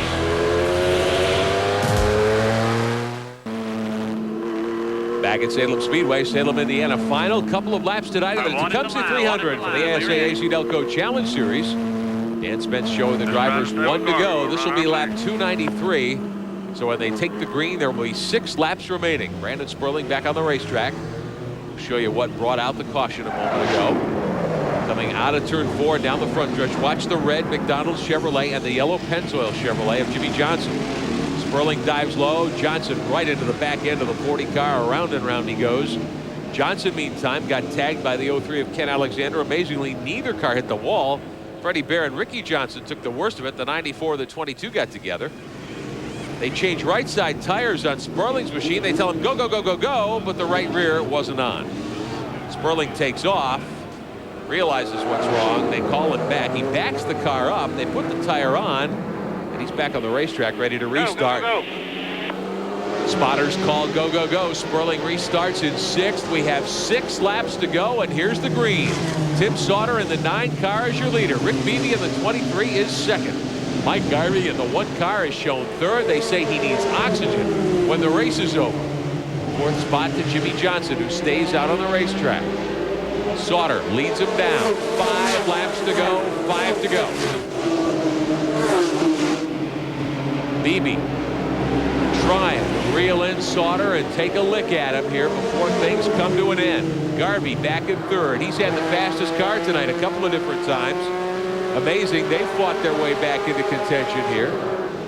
Johnson sits 4th, but he's a good bit further back, a couple of seconds back from the 3 lead cars. Dave Sensiba not on the lead lap in the white number 6. Johnson and Tristan Dupuis battling for 4th spot. And Brandon Sperling shown back in 6th. 3 to go. Dupuis right up on the back deck lid of Johnson. His car is much more intact at this point than Johnson's machine. We're watching the lead battle for you. No challenge yet from Beebe. This is the best race on the track for 4th. 2 laps to go, 2 to go.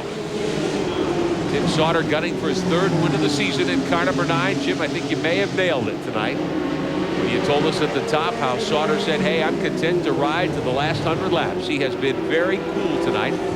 Brandon Sperling way off the pace in the McDonald's number 40. Sperling was up to 5th. He got into that tangle with Johnson. He is off the pace and just trying to finish now back in 7th. White flag waving over Tim Sauter in the 9 car. Beebe apparently will not be able to challenge. They sail into turn 3 for the final time tonight. Coming down the front straightaway to the checkered flag, and Tim Sauter is your winner. The battle for 4th is in the hands of Jimmy Johnson. Tristan Dupuis takes 5th. Sensiba gets credit for 6th. Sperling hangs on for 7th. Dave Doran, who spun wildly a couple of laps back, hangs on for 8th. Russ Tuttle gets 9th. And Ken Alexander does a nice job. He will come home in 10th tonight. But the AP Performance crew for Tim Sauter very happy tonight here at Salem. They grabbed the victory in the Tecumseh 300. We're going to take a timeout and come back to talk to the winner in Victory Lane in just a moment. Back at Salem Speedway in Salem, Indiana, the ASA AC-Delco Challenge Series completing tonight's Tecumseh 300. Unofficially, there is your first 10. Tremendous number of stories tonight, a tremendous run for your winner. His third victory of the 1999 season, Tim Sauter. Let's talk to the winner in Victory Lane. Well, Tim Sauter is making the final preparations to come out of the race car, and now he does. And, of course, the celebration begins all around him. What a great job the crew did on the Build-A-Mold car. And once again, a guy rides to the finish of a race on tires that just should not have lasted. Tim Sauter, you certainly are starting the second half of the season the way you started the first. Yeah, we've got a great team. I got to thank everybody at Build-A-Mold, Trimplaz, Moldplaz, Weir Chevrolet, Renegade, everybody that's ever helped me in my career get to this point. I had a lot of people that had a lot of faith in me and thought I could do this. I owe this to them and to all of Alec Pinsonneau's employees back in Windsor, Ontario, and everybody that's ever helped me. And I want to say hi to the family back home. And we're just going to keep digging. The tires, Goodyear tires, they're excellent. Penske shocks worked awesome. Mike Chaffee and the crew made an awesome call there. We came in and thought if nothing else, we'd have track position on them, and it ended up going our way. Tell me about those last few laps, though. Rick Beebe in a similar situation, breathing down your back, and Mike Garvey coming too. Yeah, I was more worried about Garvey than I was Beebe because I knew I could beat Beebe the way we were running. And, you know, we gambled, and it's paying off. Well, the guys in the pits were dying 1,000 deaths. Maybe you were too out there for the last few laps, huh? Nah, 25-lap feature back at the Dells Motor Speedway. That sounds awful casual to me, guys. I don't know. Tim Sauter picks up a win and seems mighty happy and yet calm about it, huh? I think he knew it was coming tonight. You talked about that at the beginning of the show. Confident in his chances, and really, the third win of the year, he's only had 2 finishes out of the top 4, so he has every right to be confident about his chances and his winning each and every race. And 3 wins on the year, that's the only way to catch Mike Miller, who's jumped out to a decent point lead. Impressive run tonight for Tim and that entire team, and a great day for the Sauter clan. Jay and Dad Jim ran super nicely today at Michigan Speedway, the NASCAR Craftsman Trucks. So Tim caps it off with a victory tonight on TNN Motorsports, and we are pleased for him. Not the fastest race car tonight, but certainly the best strategy and the best game plan. Russ Tuttle ran very well tonight. His car was very hot. We got word about 75 laps to go that he might climb out of the race car, and they might put Matt Hagens in because apparently there was exhaust smoke in the car affecting Russ. He hung on to the end. In fact, had a good finish tonight, got 9th out of it. Mike Garvey getting some oxygen. He came home in 3rd spot in the Tecumseh Chevrolet. A great run indeed. Brian Drebber is there. Brian, Mike not ready to talk to us, it appears, but the oxygen, I'm sure, will help him feel well in just a short time. Guys, he's down here, you know, not looking like he wants to talk just yet, but Mike Garvey is an athlete, and we know that athletes bounce back. This is a guy that gave it everything he had. There just isn't much left right now. Now he takes the oxygen mask off, and maybe Mike Garvey, in fact, is okay. Mike, are you all right? And tell us about the last few laps of that race. What a tough one for you, huh? It got tough. We put a new muffler on, but halfway through it, a bracket broke or something. We was getting carbon monoxide poisoning real bad. I can't hardly see. And it just got so hard, and I couldn't see. And I think we hit a rock with about 20 to go, and we threw the power steering belt off. 5 more laps, I couldn't have made it. I mean, these guys deserved better than the third. The car was good, and we kind of lost it for a while, and we fought back, and we'd have been good in that last run. We had a tire kind of equalize on us, but, you know, we'll take it. You know, the guys in the favorite racing team, Tecumseh Monte Carlo kept digging. At least we got 3rd out of it. Congratulations. Thank you. Back up top, guys. A hot night after a very hot couple of days here. And if you think race drivers are not athletes, hope you listen closely to what Mike Garvey had to say. Battled back through carbon monoxide poisoning and a loss of vision in the last 100 laps. Back with more in a moment. Our TNN Motorsports coverage tonight of the Tecumseh 300 has been brought to you in part by AC-Delco Automotive Parts. If you're not asking for it, you're asking for it. And by Grease Light, multi-purpose degreasing.